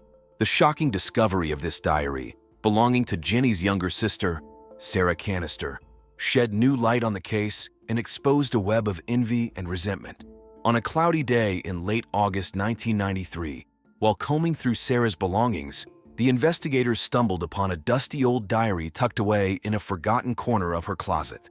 As they leafed through its pages, they were confronted with a chilling account of Sarah's deep-seated jealousy towards her sister. The diary revealed Sarah's feelings of being overshadowed by Jenny's achievements and her desperate longing for attention. The diary entries painted a vivid picture of Sarah's inner turmoil. She expressed her envy towards Jenny's popularity, her success as a teacher, and her renowned homemade cookies. Sarah's words dripped with bitterness and resentment, revealing a side of her that had remained hidden from those closest to her. The investigators were taken aback by the depth of Sarah's emotions and the lengths she was willing to go to gain the spotlight. They meticulously analyzed the diary, scrutinizing every word for clues that could link Sarah to Jenny's untimely demise. The entries hinted at a brewing storm of anger and frustration, creating a motive that the investigators had been desperately searching for. With this newfound evidence, the investigators were determined to delve deeper into Sarah's psyche, seeking to understand the extent of her resentment and whether it had driven her to commit such a heinous act. They planned to interview friends and acquaintances, hoping to uncover any additional information that could corroborate the diary's revelations. The diary had become a crucial piece in the puzzle, providing a glimpse into the mind of a potential killer. The investigators were now faced with the daunting task of connecting the dots and bringing justice to Jenny's grieving family. In the midst of the investigation into the tragic murder of Jenny Smith Brosley, a new suspect emerged from the shadows. Dr. Edward Bleach, a well-respected family physician, found himself under the scrutinizing gaze of law enforcement. The police, driven by an insatiable thirst for justice, sought to uncover the truth behind this heinous crime. Dr. Bleach, known for his medical expertise and dedication to his profession, had long been a pillar of the community. However, as the detectives delved deeper into his past, a different side of the doctor began to emerge. It was discovered that the Smith family, whom he had treated in the past, had sued Dr. Bleach for malpractice, alleging that his negligence had resulted in the blinding of several family members. This lawsuit had left a deep-seated grudge within the doctor's heart, a smoldering fire of resentment that could potentially drive him to commit a horrific act. As the investigators questioned Dr. Bleach, they unearthed a trove of unsettling details. The doctor's alibi for the day of Jenny's murder was flimsy at best, with no concrete evidence to support his claims. Furthermore, witnesses reported seeing him in the vicinity of Jenny's residence on that fateful day. The police painstakingly cross-referenced phone records, credit card statements, and surveillance footage, building a compelling case against the doctor. To further complicate matters, a series of anonymous letters had been sent to local news outlets, hinting at Dr. Bleach's involvement in the crime. These letters, postmarked from various cities across the country, contained chilling details that only someone intimately familiar with the case could know. The police, in collaboration with the FBI, analyzed the handwriting and linguistic patterns of the letters, hoping to find a clue that would lead them closer to the truth. As the investigation unfolded, the media circus surrounding the case intensified. The airwaves crackled with discussions on talk radio shows, as armchair detectives offered their own theories and opinions. The city of Rochester, usually known for its serene beauty and picturesque landscapes, was now gripped by a sense of unease and fear. As the summer of 1993 drew to a close, the investigation into the murder of Jenny Smith Brosley took an unexpected turn. The police, armed with mounting evidence and a growing sense of urgency, were closing in on their suspect. But would Dr. Edward Bleach's calm demeanor crack under the weight of their relentless pursuit? Only time would tell. After an exhaustive investigation, law enforcement officials finally cracked the case surrounding the tragic murder of beloved kindergarten teacher Jenny Smith Brosley. The shocking revelation left the community of Rochester, New York, in a state of disbelief and mourning. The perpetrator of this heinous crime was identified as none other than Jenny's own sister, Sarah Canister. The motive behind this unimaginable act appeared to be a toxic combination of sexual jealousy and deep-rooted resentment towards her successful sibling. As the investigation unfolded, detectives stumbled upon a hidden diary belonging to Sarah. This diary, filled with disturbing entries, detailed her envy and bitterness towards Jenny's accomplishments. It provided a chilling glimpse into Sarah's troubled psyche and shed light on her sinister intentions. The plot thickened when evidence emerged that Sarah had seduced Jenny's estranged husband, Mark H. Smith, in an attempt to use her sexuality to manipulate him into aiding her in the murder. Mark, vulnerable and susceptible to Sarah's advances, became an unwitting pawn in this twisted game of deceit and betrayal. The police, armed with irrefutable evidence, swiftly apprehended Sarah. Her arrest sent shockwaves through the community, as the true extent of her malevolence was laid bare for all to see. The once vibrant and vivacious Sarah had been harboring a dark secret, hidden beneath a facade of charm and wit. The revelation of Sarah's guilt left the victim's family shattered. Struggling to come to terms with the shocking betrayal, friends and loved ones of Jenny Smith Brosley have expressed their disbelief, grappling with the fact that someone so close to her could be capable of such a heinous act. The trial that followed the shocking revelation of Sarah Canister as Jenny Smith Brosley's murderer was filled with intense emotions and gripping courtroom drama. The trial took place in the historic Monroe County Courthouse, a grand building that had witnessed countless legal battles over the years. The courtroom was packed with reporters from local newspapers such as the Democrat and Chronicle, as well as television crews from stations like WROC-TV. The eyes of the nation were on Rochester as this high-profile case unfolded. District Attorney Emily Sullivan, A seasoned prosecutor known for her tenacity's case was built on a mountain of evidence, including the damning diary entries found in Sarah's possession. These entries, written in Sarah's own hand, revealed her deep-seated jealousy and resentment towards her sister. The jury listened intently as the prosecution meticulously dissected each entry, painting a vivid picture of Sarah's motive and her calculated plan to eliminate her sister. To counter the prosecution's case, Sarah's defense attorney, Jacqueline Humbert, employed a range of tactics. Humbert called into question the reliability of the diary entries, arguing that they could have been fabricated or misinterpreted. She also attempted to cast doubt on the credibility of the witnesses, highlighting inconsistencies in their testimonies. After days of deliberation, the jury reached a unanimous verdict. Sarah Canister was found guilty of first-degree murder. The courtroom erupted in a mix of relief and sorrow. The victim's family, though relieved that justice had been served, could not escape the pain of their loss. Sarah, now convicted of this heinous crime, was led away in handcuffs, her face a mask of disbelief. The sentencing phase of the trial followed shortly after. In the end, the judge delivered his sentence: life imprisonment without the possibility of parole. The courtroom fell silent as the weight of the sentence sank in. Sarah, now condemned to spend the rest of her days behind bars, was led away, her fate sealed. As the trial concluded, the impact of this tragic case reverberated through the lives of the victim's friends and family. They were left to grapple with the shocking betrayal and the loss of a beloved sister and friend. The trial also left a lasting impression on the community, reminding them of the darkness that can lurk beneath the surface of even the most seemingly ordinary lives. In the aftermath of the highly publicized trial that captivated the nation, the lives of all those involved took divergent paths. Mark H. Smith, the grief-stricken widower, sought solace in therapy and support groups, desperately trying to navigate the treacherous journey of healing. Haunted by guilt and plagued by the memories of his beloved wife, Mark found comfort in the warm embrace of his family and friends. Meanwhile, Sarah Canister, the convicted murderer, began her life sentence in a maximum security prison. Stripped of her freedom and facing the harsh reality of her actions, Sarah was left to confront the consequences of her heinous crime. Behind bars, she faced a long and arduous road towards redemption, with little hope of ever regaining the trust of those she had betrayed. The dedicated police investigators, Joseph and Lisa Anderson, continued their tireless pursuit of justice in other cases.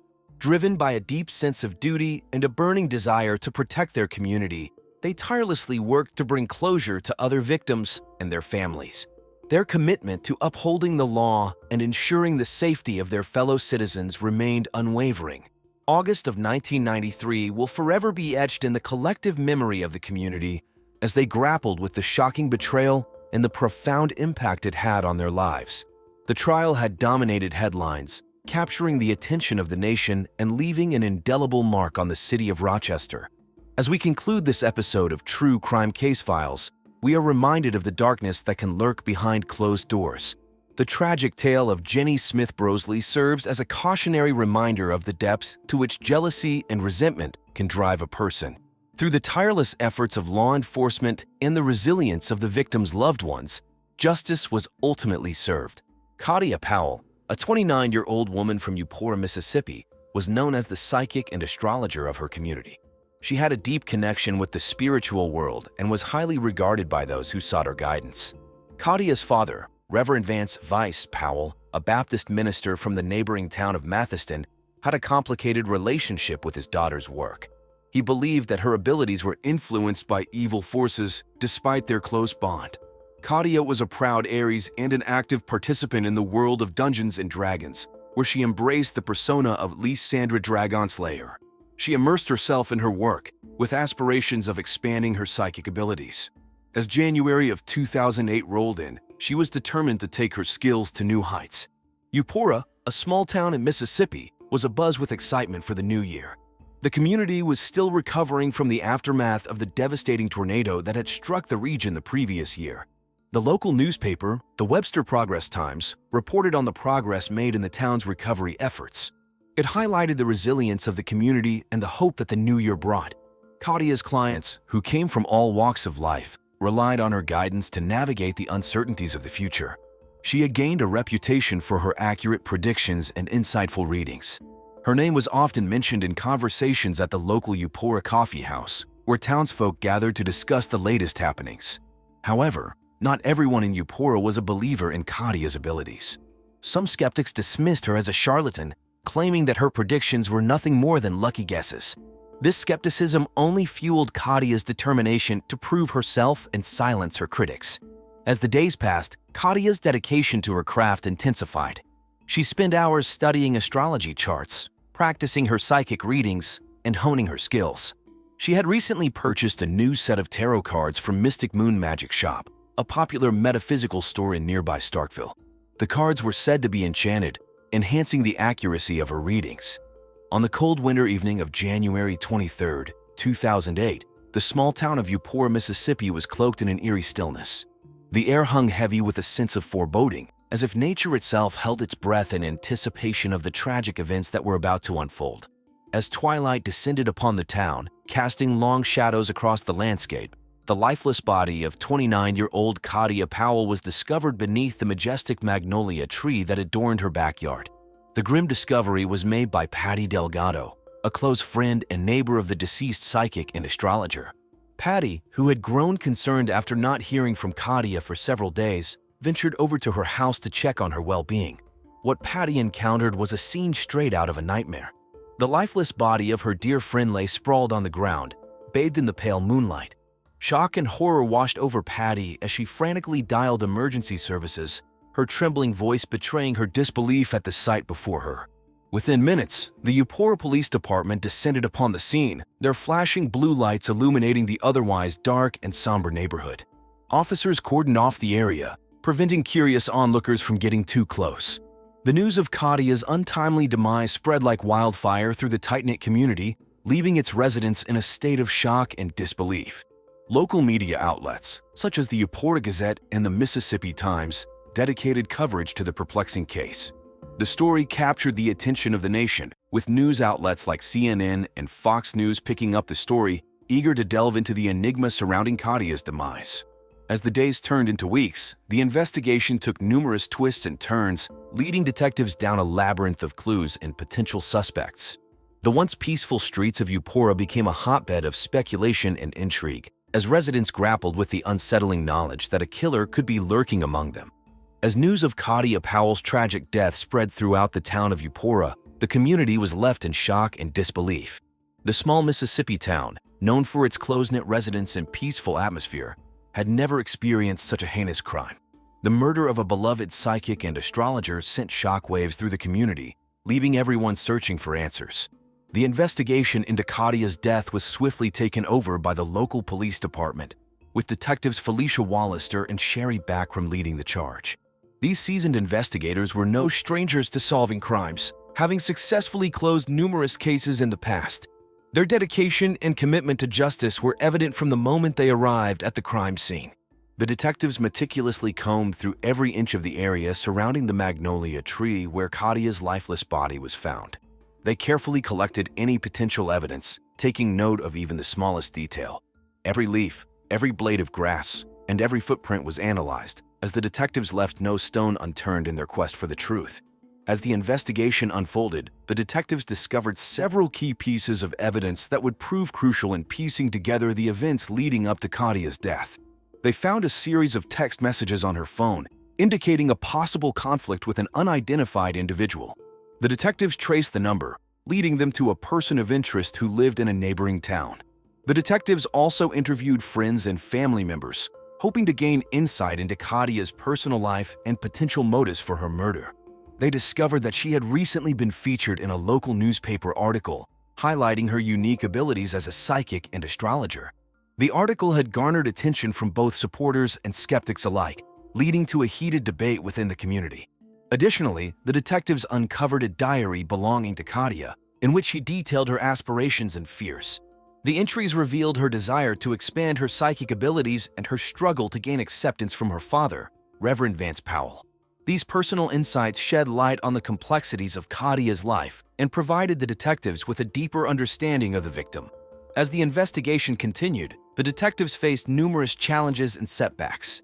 They encountered false leads, unreliable witnesses, and a lack of concrete evidence. However, their unwavering determination and commitment to justice kept them focused on their ultimate goal, finding Kadia's killer and bringing them to justice. Reverend Vance Vice Powell, a Baptist minister in the neighboring town of Mathiston, found himself at the center of a chilling murder investigation. The prime suspect in the tragic death of his daughter, Kadia Powell, Reverend Powell's strong religious convictions and disapproval of her psychic and astrological work raised eyebrows among the investigators.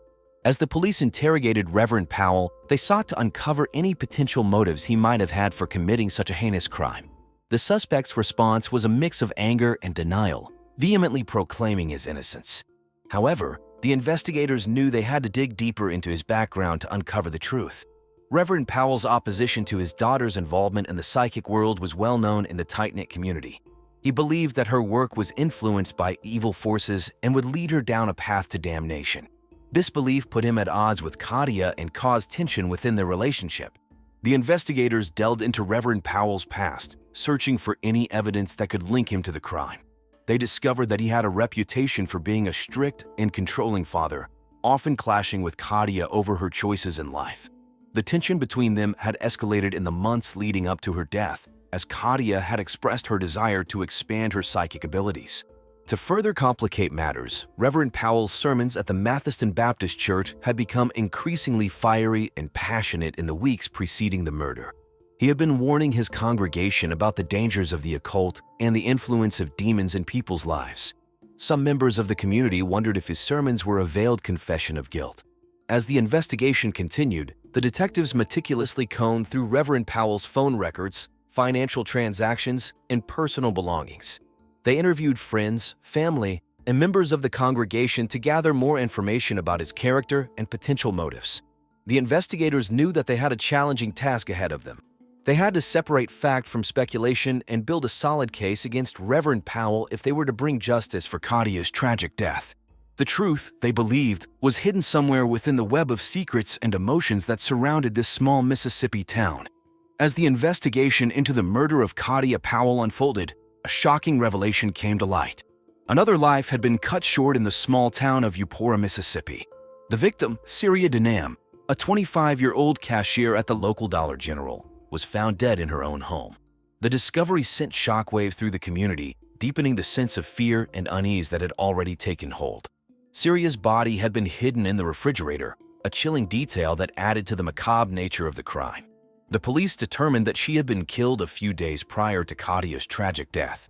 The timing and proximity of these two murders raised suspicion and intensified the urgency of the investigation. The focus quickly turned to Lancelot Hamilton, Syria's boyfriend and an ex-felon. Eyewitnesses had spotted his distinctive pickup truck near Kadia's house on the day of her murder. This crucial piece of information made Lancelot a person of interest in both cases. To further complicate matters, Lancelot's criminal history added a layer of complexity to the case. The investigators meticulously reviewed his past convictions, searching for any connection to the murders. They reached out to law enforcement agencies in neighboring towns, collaborating and sharing information to build a comprehensive profile of Lancelot. As the investigation unfolded, the media interest surrounding the case grew. Local newspapers covered the story. The tight-knit community found itself thrust into the spotlight, grappling with the weight of these heinous crimes. The investigators faced mounting pressure to solve the murders and bring the perpetrators to justice. Every lead was pursued with unwavering determination as they sifted through evidence, interviewed witnesses, and analyzed forensic findings. The clock ticked, and the town anxiously awaited answers. In their relentless pursuit of justice, the police made a breakthrough discovery a few weeks after the initial investigation. On a cold winter day in late January of 2008, they uncovered a hidden diary belonging to Syria Denham, the 25-year-old cashier at the local Dollar General who was found dead in her own home. The diary provided a glimpse into the tumultuous relationship between Syria and her boyfriend, Lancelot Hamilton, an ex-felon who quickly became a person of interest in the case. The diary entries painted a disturbing picture of a relationship marred by domestic disputes and violence. Syria detailed instances of physical abuse and emotional manipulation, shedding light on the possible motives behind her tragic death. The pages were filled with her fears and desperation, as she struggled to break free from the toxic cycle of her relationship with Lancelot. The police meticulously analyzed the diary, documenting every detail and potential clue. The entries revealed that Syria had confided in a close friend, expressing her desire to leave Lancelot and seek help. The investigators immediately reached out to this friend, hoping to gather more information that could aid in their quest for justice. As the investigation unfolded, the police uncovered additional evidence linking Lancelot to the murder of Claudia Powell, the 29-year-old psychic and astrologer whose lifeless body was found under the Magnolia tree in her own backyard. Surveillance footage from a nearby gas station captured Lancelot's pickup truck near Claudia's house on the day of the murder, providing a crucial piece of the puzzle. With the newfound knowledge from Syria's diary and the surveillance footage, the investigators were determined to connect the dots and bring the truth to light. They delved deeper into Lancelot's background, uncovering a history of violent behavior and a criminal record that further fueled their suspicions. As the investigation reached its critical juncture, the police were closing in on their suspects. The truth behind the deaths of Claudia Powell and Syria Denham was within reach, and the town held its breath in anticipation of justice being served. Lancelot Hamilton, the primary person of interest in the murder investigation, faced intense scrutiny from the police. With his troubled past and association with the late Syria Denham, suspicions surrounding his involvement in the murders grew stronger. The investigators delved deep into Lancelot's personality, dreams, and possible motives, leaving no stone unturned in their quest for the truth. During the interrogation, Lancelot's demeanor betrayed a mixture of anger and fear, as he struggled to maintain his composure under the mounting evidence against him. The investigators skillfully probed into his background, meticulously dissecting his every move in the days leading up to the murders. As the questioning intensified, Lancelot's facade began to crumble. His attempts to evade the investigators' inquiries became increasingly futile as the weight of the evidence bore down on him. The police presented him with compelling evidence, including eyewitness accounts placing his pickup truck near Claudia Powell's house on the day of her murder. These accounts were further bolstered by surveillance footage from a nearby gas station, capturing Lancelot's vehicle at the scene. In addition to the circumstantial evidence, the investigators uncovered a disturbing connection between Lancelot and Syria. The recently discovered diary of Syria Denham revealed a tumultuous relationship marred by domestic disputes and violence. This revelation painted a chilling picture of a troubled dynamic between the couple, raising further suspicions about Lancelot's potential involvement in both murders. The police, driven by an unwavering commitment to justice, continued to dig deeper into Lancelot's background. They reached out to acquaintances, friends, and family members, seeking any information that could shed light on his motives. The investigators meticulously combed through phone records, financial transactions, and social media profiles, piecing together a comprehensive timeline of Lancelot's activities in the days leading up to the murders. As the investigation unfolded, the media's attention turned towards this gripping case that had captivated the small town of Upora. Local newspapers ran updates on the investigation, while television news stations dedicated segments to the latest developments. The community, gripped by fear and curiosity, anxiously awaited the resolution of this haunting mystery. With Lancelot Hamilton at the center of the investigation, the police were determined to bring justice to the victims and closure to the community. As the case approached its climax, the truth remained just out of reach, tantalizingly close yet frustratingly elusive. After an intense investigation, the truth behind the murders that shook the small town of Upora finally came to light, revealing Lancelot Hamilton as the cold-blooded killer. Lancelot, a troubled ex-felon, had committed the heinous crimes out of fear that his dark secret would be exposed. The police meticulously unraveled the intricate web of deception, leaving no stone unturned in their pursuit of justice. The motive for the first murder, that of Syria Denham, a 25-year-old cashier at the local Dollar General, was rooted in a tumultuous relationship marred by domestic disputes and violence. Lancelot's fear of Syria's ghost haunting him did not stop him from committing the unthinkable act of taking her life. Little did he know that this act would set off a chain of events that would ultimately lead to his own downfall. The discovery of Syria's hidden diary proved to be a crucial turning point in the investigation. The diary detailed the troubled relationship between Syria and Lancelot, providing valuable insights into their lives and the events that transpired leading up to her tragic death. This newfound knowledge allowed the investigators to connect the dots and follow the trail of evidence. As the investigation progressed, the police uncovered a chilling connection between Syria's murder and the death of Claudia Powell, the the 29-year-old psychic and astrologer. Lancelot's fear of Syria's ghost exposing his dark secret to Katia had driven him to silence her forever. The police painstakingly pieced together the timeline of events, meticulously analyzing phone records, surveillance footage, and witness testimonies to build their case against Lancelot. On the day of the arrest, the atmosphere in Eupora was heavy with anticipation. The entire community was on edge, eager for justice to be served. The police, armed with overwhelming evidence, closed in on Lancelot.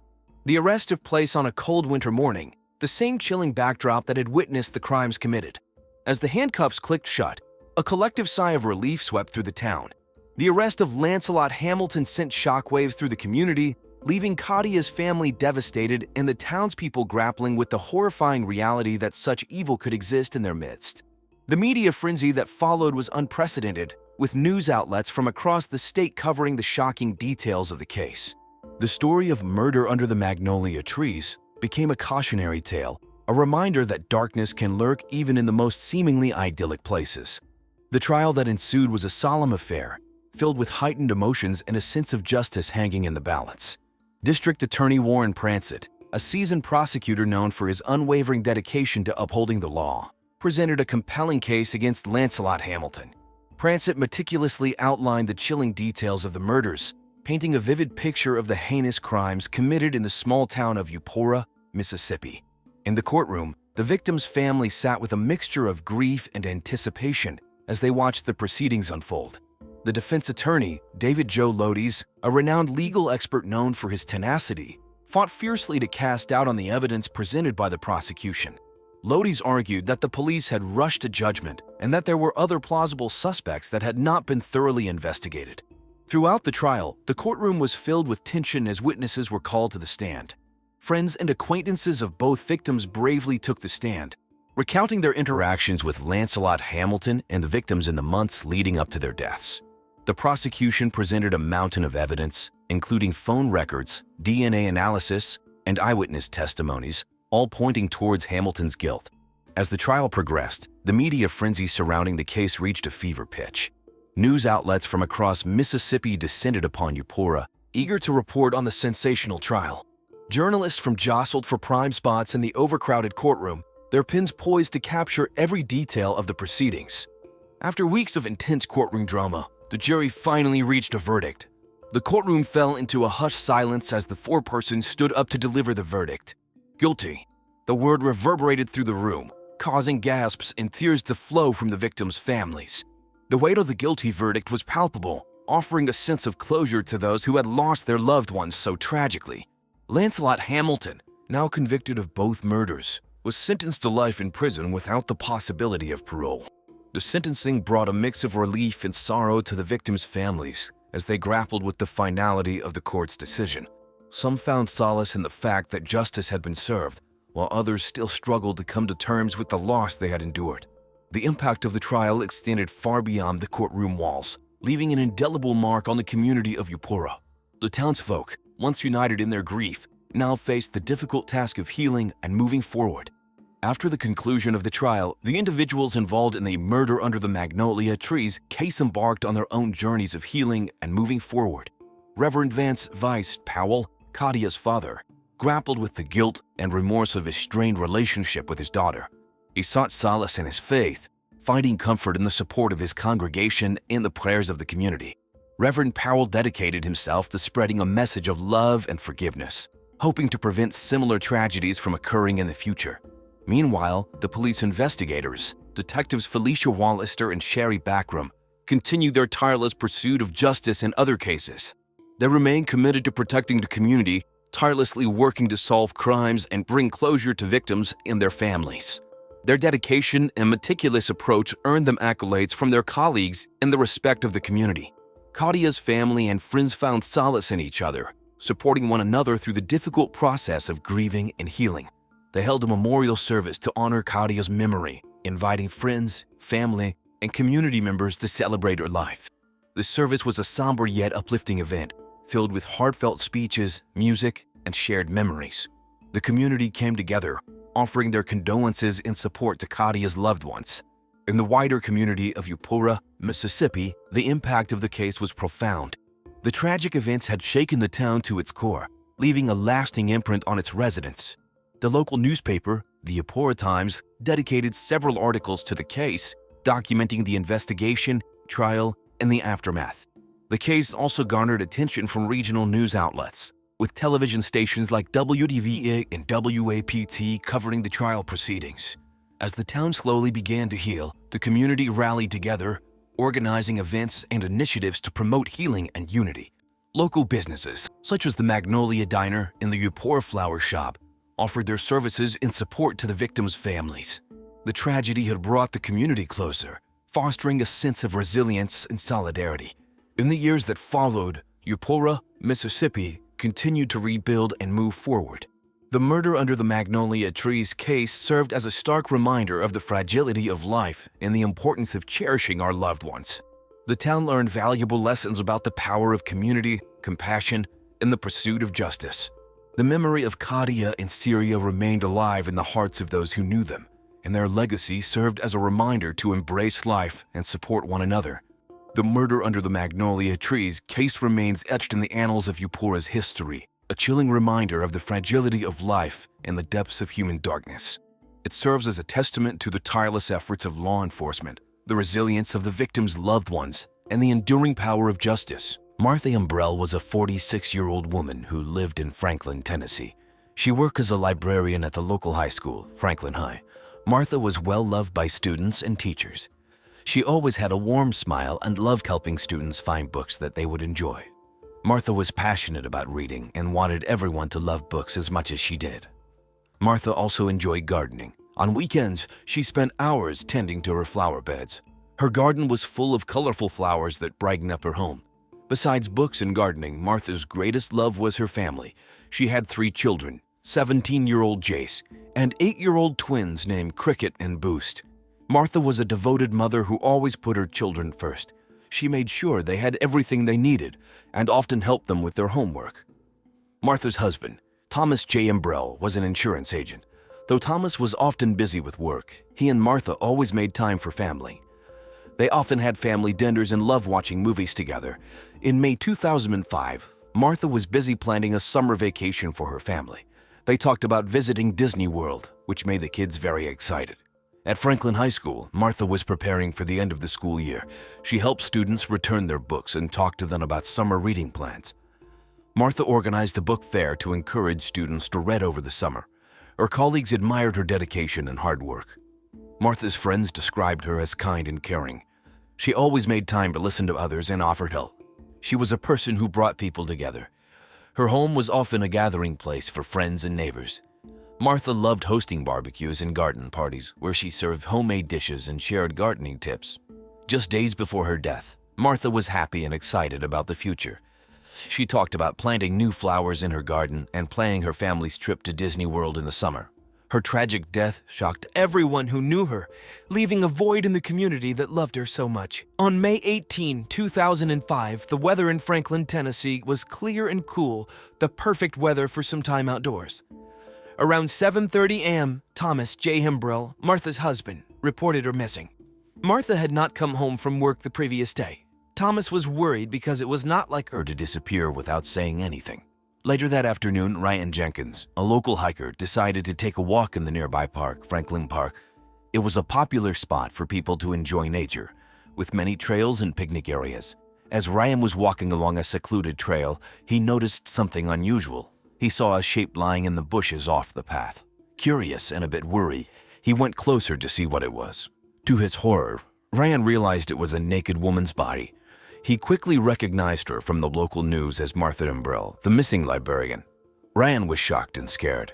His hands trembled as he pulled out his cell phone to call 911. He told the operator what he had found and waited there, trying to stay calm until the police arrived. The community was shocked by the news of Martha's death. It was reported on local TV channels like WKRN and in newspapers like the Tennessean. People were scared and heartbroken, as Martha was a well-loved member of the community. As the news spread, more details emerged about the investigation, but the exact cause of Martha's death remained unclear at that point. Everyone waited anxiously for more information from the police. When the police arrived at the crime scene in Franklin Park, It was around 2:00 p.m. on May 18, 2005. Detective Sarah Owens and Officer Mark Davis, known for their careful and thorough work, led the investigation. They carefully approached the area where naked Martha's body was found. The scene was incredibly disturbing. Martha's body showed signs of a violent attack. Detective Owens noted the blood around Martha's body and the severe injuries. It was clear that she had been beaten with a blunt object. Parts of her body were also missing, which was strange and alarming. The officers initially thought she might have been attacked by a wild animal after her death. Ryan Jenkins, a hiker who found Martha, was visibly shaken. He told the police everything he had seen and done since discovering the body. The police thanked him for his help and assured him they would find out what happened. Detective Owens and Officer Davis quickly secured the area to make sure no evidence was disturbed. They called in a team of forensic experts to help gather clues. The experts used tools like cameras to take detailed photos of the scene and special kits to collect samples of blood and other possible evidence. They wore gloves to avoid contaminating anything. The police worked carefully to understand what had happened. They found sleeping pills in Martha's system, indicating she had been drugged before being attacked. This discovery was made by the medical examiner, Dr. Linda Bastardi, who performed an autopsy on Martha's body. Dr. Bastardi was an experienced medical examiner known for her precise work. As they searched the area, the police found a baseball bat with blood on it, hidden under some bushes nearby. This was likely the weapon used to attack Martha. They collected fingerprints and any other DNA they could find on the bat. The scene was very bloody, suggesting a violent struggle. Detective Owens interviewed people in the park and nearby areas to see if anyone had seen or heard anything unusual. A few witnesses reported hearing strange noises late in the evening, but didn't think much of it at the time. These small pieces of information were added to the growing file on the case. The local news, including TV stations like WKRN and newspapers like the Tennessean, reported on the case extensively. People in Franklin were freaked out of their minds. Many couldn't believe such a horrific crime had happened in their peaceful town.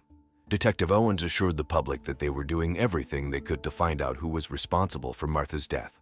As the investigation continued, the police knew they had to act quickly to solve this terrible crime and bring justice for Martha and her family. The first suspect the police investigated was Thomas J. Embrill, Martha's 61-year-old husband. Thomas worked as an insurance agent and was known for being a devoted husband and father. However, recently he had been showing signs of stress due to financial troubles. Thomas was the one who reported Martha missing when she didn't return home from work. Detective Sarah Owens and Officer Mark Davis brought Thomas in for questioning at the Franklin Police Department. The interview room was small and quiet, with just a table and a few chairs. Thomas looked visibly upset and tired. Detective Owens started by asking him to recount the events of the day Martha went missing. Thomas explained that he last saw Martha when she left for work in the morning.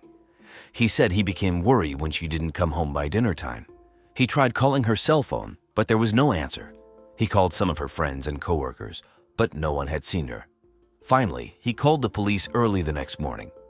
The police asked Thomas about their financial situation, noting the recent stress he had been under.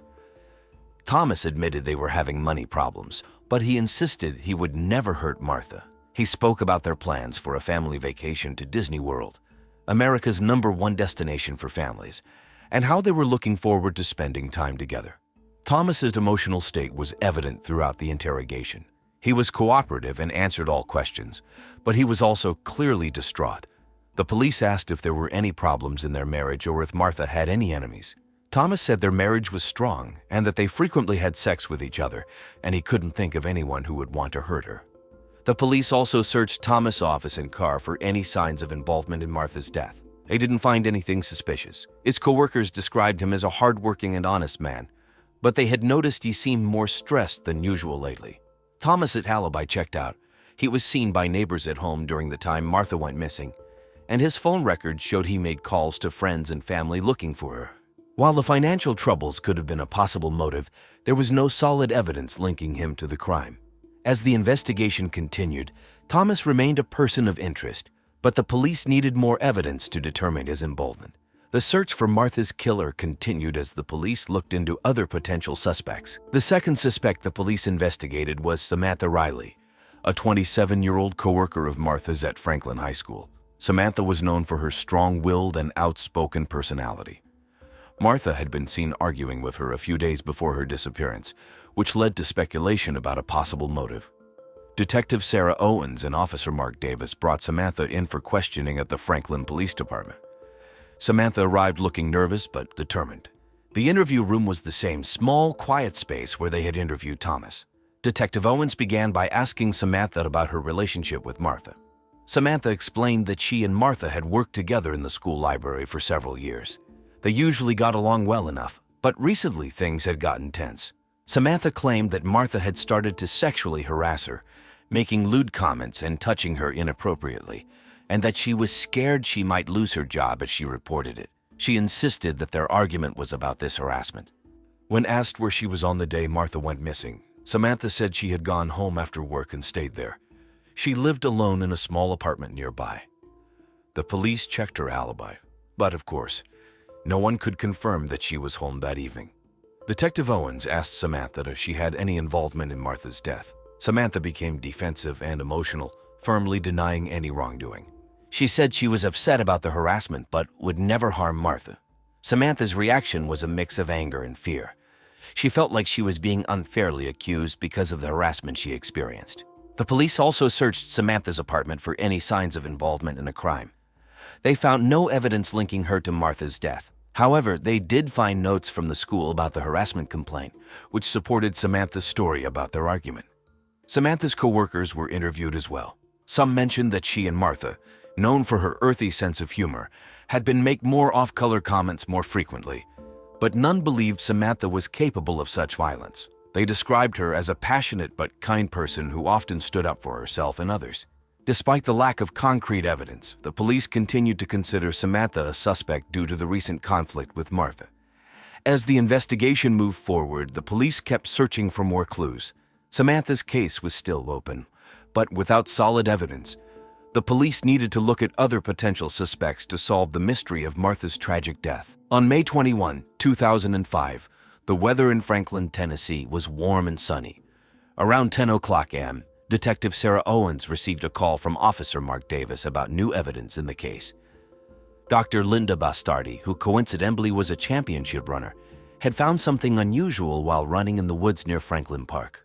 She often ran in the mornings and knew the area well. Linda had spotted a torn piece of clothing and a small metal box hidden under some leaves. She immediately called the police, remembering Martha Imbrell's murder. Detective Owens and Officer Davis quickly went to the scene. They thanked her for her help and began examining the new evidence. The torn piece of clothing matched the outfit Martha had been seen wearing on the day she disappeared. Inside the metal box, they found several handwritten notes and some strange drawings. The notes seemed to be written by someone in distress. They mentioned feeling trapped and wanting to escape. The drawings were dark and disturbing, showing violent scenes and strange symbols. Detective Owens carefully bagged the evidence and took it back to the police station for further analysis. They brought in a handwriting expert to compare the notes with samples of writing from people close to the case. The expert concluded that the notes were written by Jace Imbrell, Martha's 17-year-old son. This discovery was significant. Jace had been struggling with severe psychological issues, often experiencing intense hallucinations and delusions caused by his addiction to marijuana. Martha had discovered his obsession with cannibalism and had been trying to get Jace the help he desperately needed, but had faced resistance from insurance companies and healthcare providers. The police decided it was time to question Jace again, this time more thoroughly. The third suspect the police investigated was Jace Imbrell, Martha's 17-year-old son. Jace was a high school student at Franklin High School where his mother worked.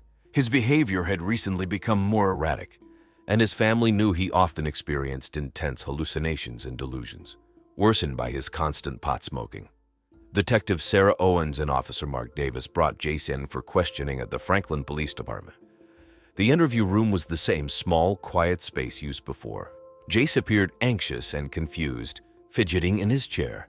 Detective Owens started by asking Jace about his relationship with his mother. Jace described Martha as a loving and caring mother who always tried to help him. He said she was the only person who understood him and was always there for him.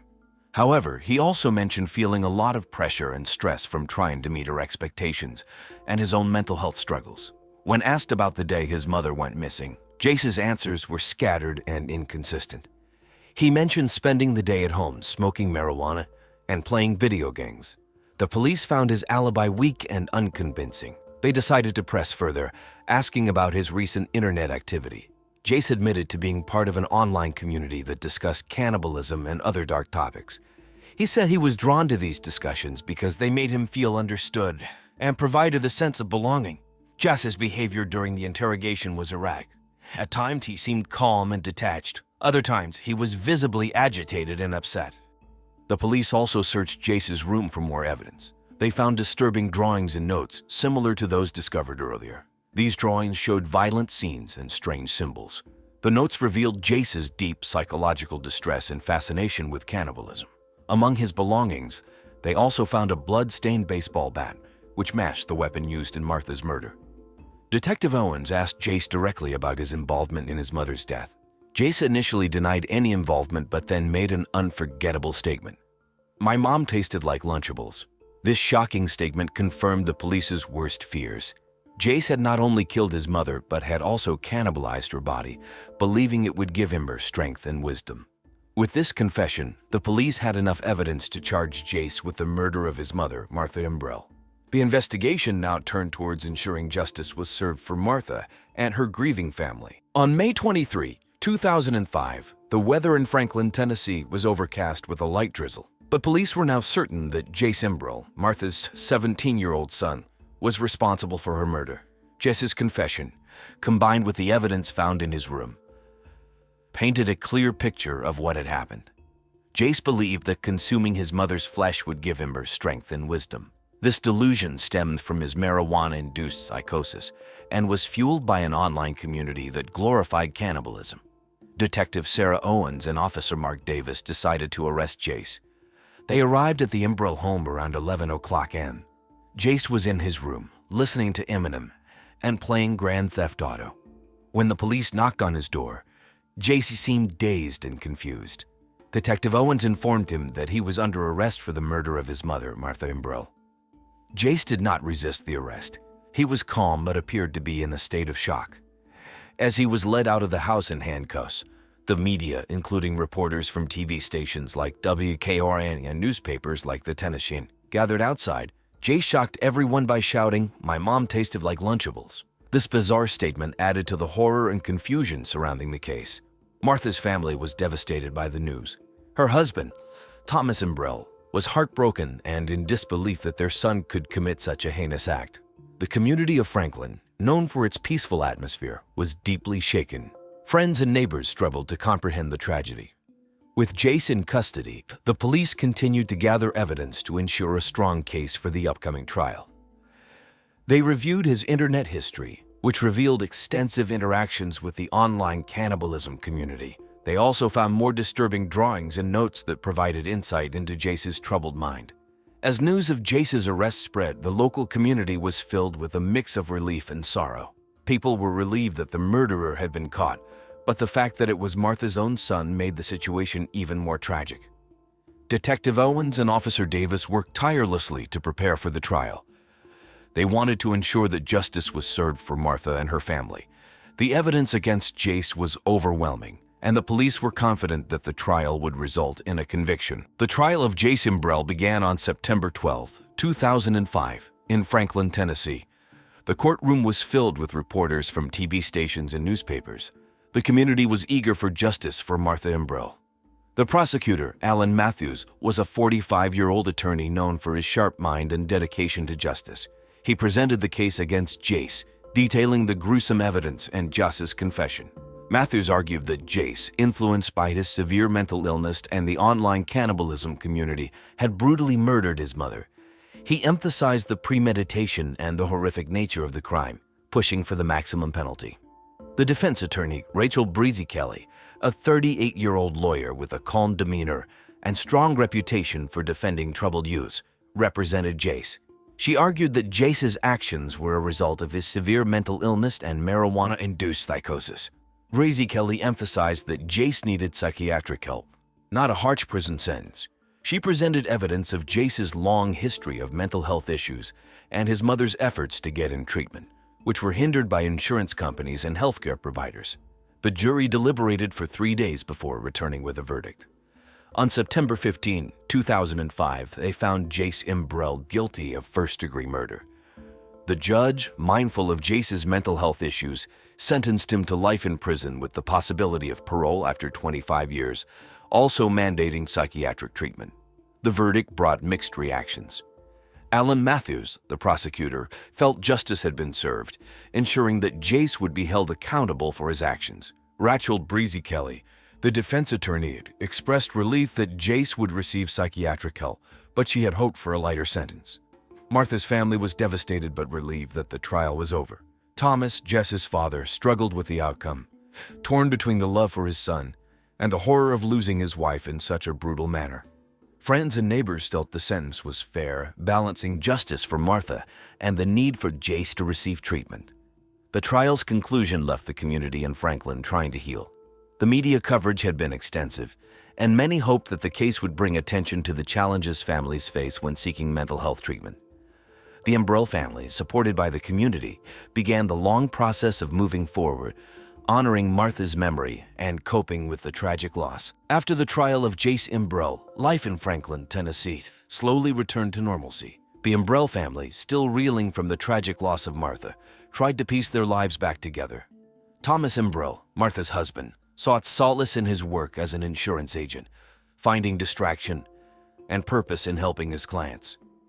Jace Imbrell, now serving his sentence at Riverbend Maximum Security Institution, received psychiatric treatment as part of his rehabilitation. His case brought attention to the gaps in mental health care, prompting discussions about improving access to treatment for those in need. As time passed, the wounds left by Martha's death began to heal, though the pain of her absence remained. The family found solace in memories of happier times, cherishing the moments they had shared together. Thomas focused on providing a stable and loving home for their surviving children, Cricket and Boost, who struggled to understand the loss of their mother.